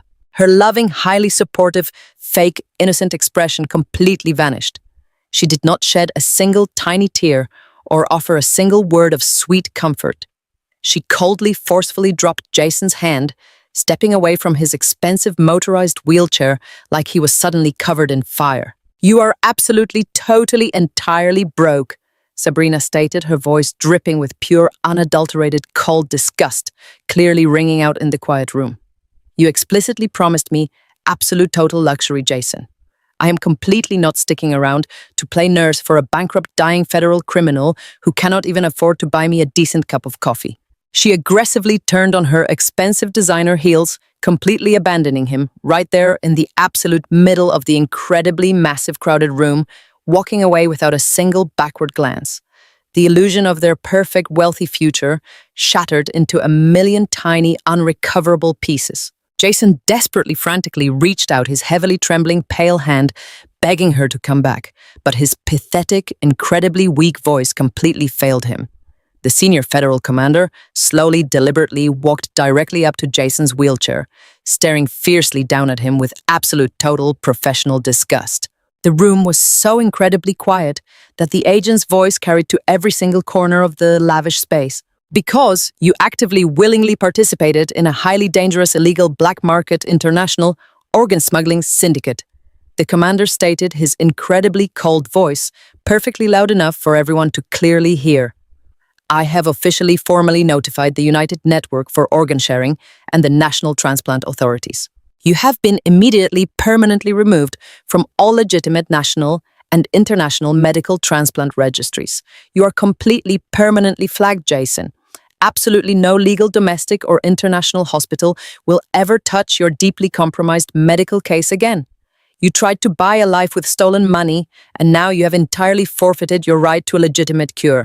The sheer, profound, massive weight of that incredible, final, absolute consequence violently crushed him. Jason completely broke down violently, aggressively, sobbing heavily into his shaking hands, totally realizing his own incredibly massive, greedy selfishness had just officially, permanently signed his own absolute, definite death warrant. He had completely, entirely lost absolutely everything. His fake luxury home, his beautiful young mistress, his illegally stolen money, and absolutely any tiny remaining sliver of hope for a future. The walls of his deception had completely collapsed, leaving him completely, totally, entirely alone with the immediate consequences of his own vile actions. I stood perfectly, silently, powerfully on the massive main stage, watching the heavily armed federal agents actively, forcefully, physically drag my incredibly toxic, miserable parents completely out of the beautiful, lavish country club in absolute, total disgrace. My incredibly greedy, evil father and my wildly toxic, narcissistic mother loudly wept, incredibly violently, as they were forcefully, aggressively shoved entirely into the cold hardback seats of the unmarked federal vehicles. The massive heavy trap Maya and I had so perfectly, heavily, meticulously built had snapped completely, violently, beautifully, entirely shut. They had tried to sacrifice my life to comfortably preserve theirs, and now they were going to spend the rest of their miserable lives rotting in a sterile federal prison cell while their precious golden son faced his own grim, terrible, inevitable reality entirely alone. Maya elegantly, smoothly stepped directly up beside me, gently, completely wrapping her warm, strong arm heavily around my incredibly bruised, healing shoulders. We did not need to actively, physically speak a single solitary word to each other. The bond we shared in that exact moment was thicker than blood and stronger than any weapon our enemies could have wielded. We had completely, entirely, beautifully, powerfully taken absolutely every single piece of our incredibly precious lives permanently back. The massive dark shadow of the Myers family that had completely suffocated my entire childhood and entirely threatened my absolute future was completely gone. We turned perfectly around and gracefully, confidently, powerfully walked directly out of the massive, beautiful building, permanently leaving the toxic, absolute wreckage of the Myers family, heavily burning directly into the incredibly dark, incredibly cold night completely forever. If you are currently watching this video and you have ever felt incredibly undervalued, heavily manipulated, or wildly disrespected by the exact people who were universally supposed to love and fiercely protect you, I desperately, passionately need you to listen to me. Setting firm, permanent boundaries is never a selfish, terrible act. Walking bravely, forcefully away from deep, heavy, toxic familial abuse is an absolute, complete act of profound, intense, pure survival. You completely, absolutely owe nothing to anyone who actively, happily tries to systematically destroy your precious, incredible life. Love is absolutely never a twisted, terrible financial transaction. And loyalty should absolutely never ever require you to physically, emotionally sacrifice your own beautiful beating heart. You completely, entirely, beautifully deserve to be fiercely, deeply chosen and completely, fully, unconditionally, deeply loved. If my incredible, wildly personal, incredibly true story of fierce, deep, complete justice resonated with your beating heart, please take one single fast second to powerfully smash that amazing like button and highly instantly subscribe to this absolutely incredibly supportive, wonderful channel. Please actively, entirely, quickly leave a completely fast, simple comment down, perfectly below, completely letting me clearly, instantly know exactly what amazing location you are currently watching this absolute video from, and precisely, exactly what incredible, perfect time it is right now, exactly where you absolutely currently beautifully are. I absolutely, deeply, entirely love communicating and sharing these incredibly powerful, deeply beautiful, true, amazing stories with absolutely every single, incredibly wonderful, completely amazing one of you out there. Until our completely next beautiful, powerful, incredibly true story, remember to fiercely, safely protect your own incredibly beautiful, absolute total peace. 6 months have passed since that incredible night at the country club, and the massive heavy storm that had completely suffocated my entire life has finally, entirely, beautifully broken, leaving behind a perfectly clear, incredibly bright sky. The massive federal investigation into my parents' incredibly complex fraudulent syndicate was incredibly swift and absolutely legally devastating, because the federal agents had completely secured the physical master ledger and actively seized all the digital evidence tracing back to the black market broker. My absolute total innocence was legally perfectly confirmed. I am incredibly deeply proud to say that today I am entirely, completely, absolutely debt-free. The major banks and private lending institutions immediately, completely, legally wiped the fraudulent $150,000 debt directly from my permanent record, incredibly, perfectly restoring my pristine credit score. My parents, Richard and Brenda, are currently securely, heavily locked away in federal prison, serving incredibly long, massive sentences for their incredible, sheer, absolute greed.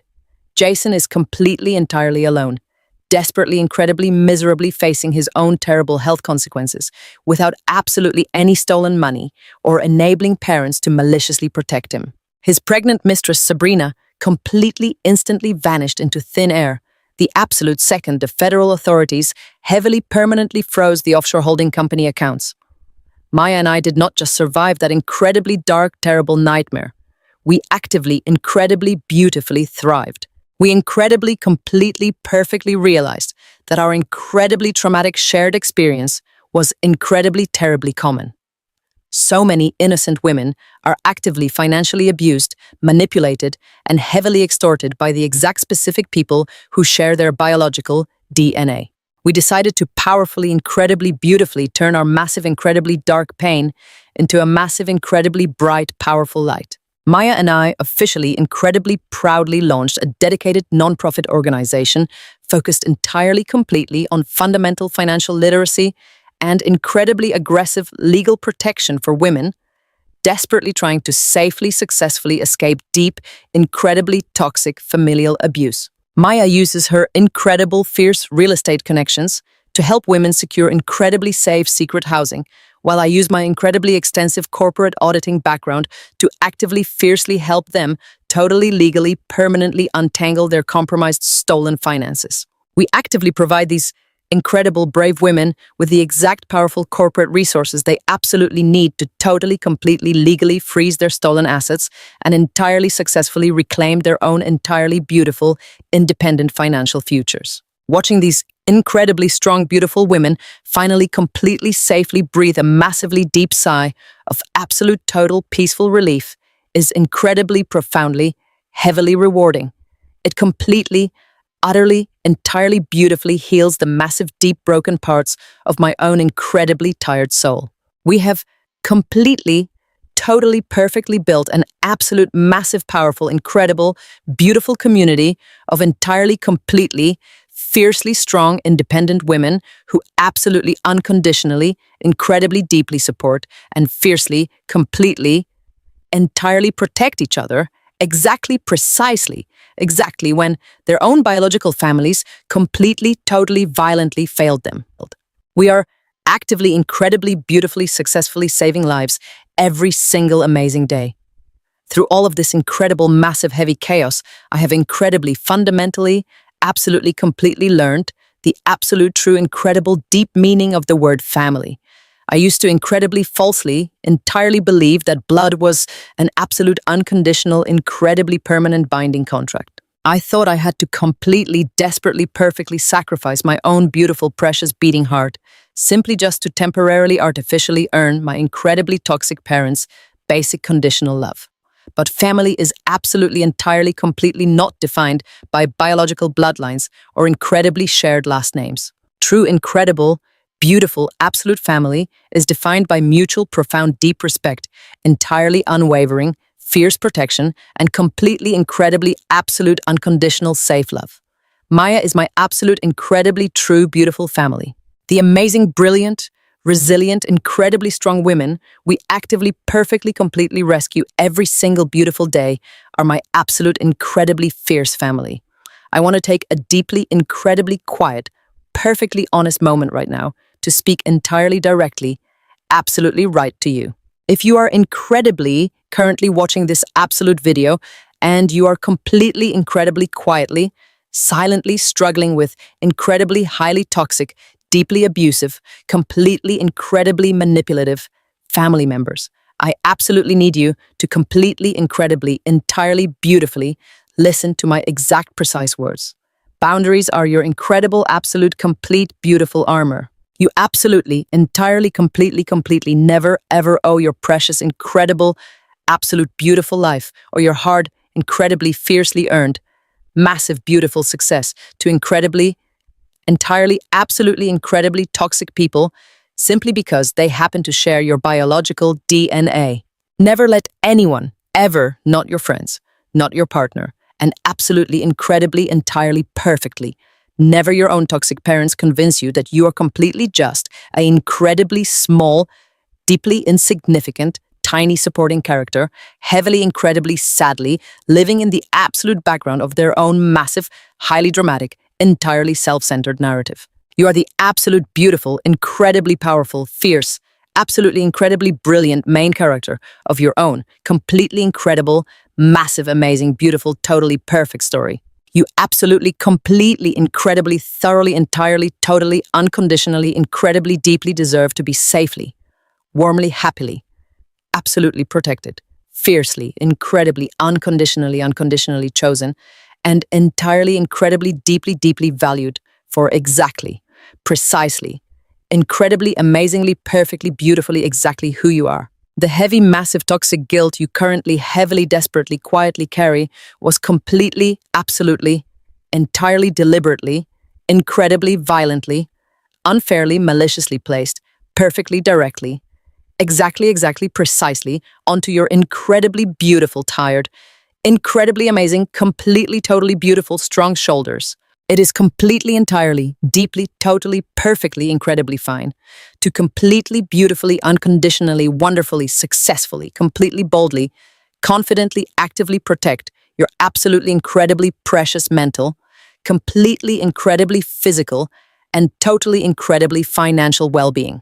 You absolutely, incredibly, perfectly, beautifully, totally, completely, entirely, exactly, beautifully, incredibly have the absolute massive fierce, incredibly incredible absolute power to completely proudly, incredibly fully happily, exactly, totally, completely, beautifully, gently, safely, entirely, peacefully, fully put it, totally right back securely, exactly down. You incredibly, entirely, absolutely, totally, deeply, fiercely can incredibly, absolutely build your incredibly, absolutely brilliant, beautiful, massive, completely safe, entirely protected, beautiful, completely, perfectly, incredibly rich, amazing, bright, spectacular, completely, beautifully secure, incredibly gorgeous, completely, fully rich, absolute stunning, incredibly happy, completely beautiful, independent, completely gorgeous, safe world. If you felt that satisfying rush of justice, hit the like button and subscribe for more stories about surviving and thriving. Tell me in the comments, what state or country are you watching from right now, and what time is it there? I read every single one. Stay strong and see you next time.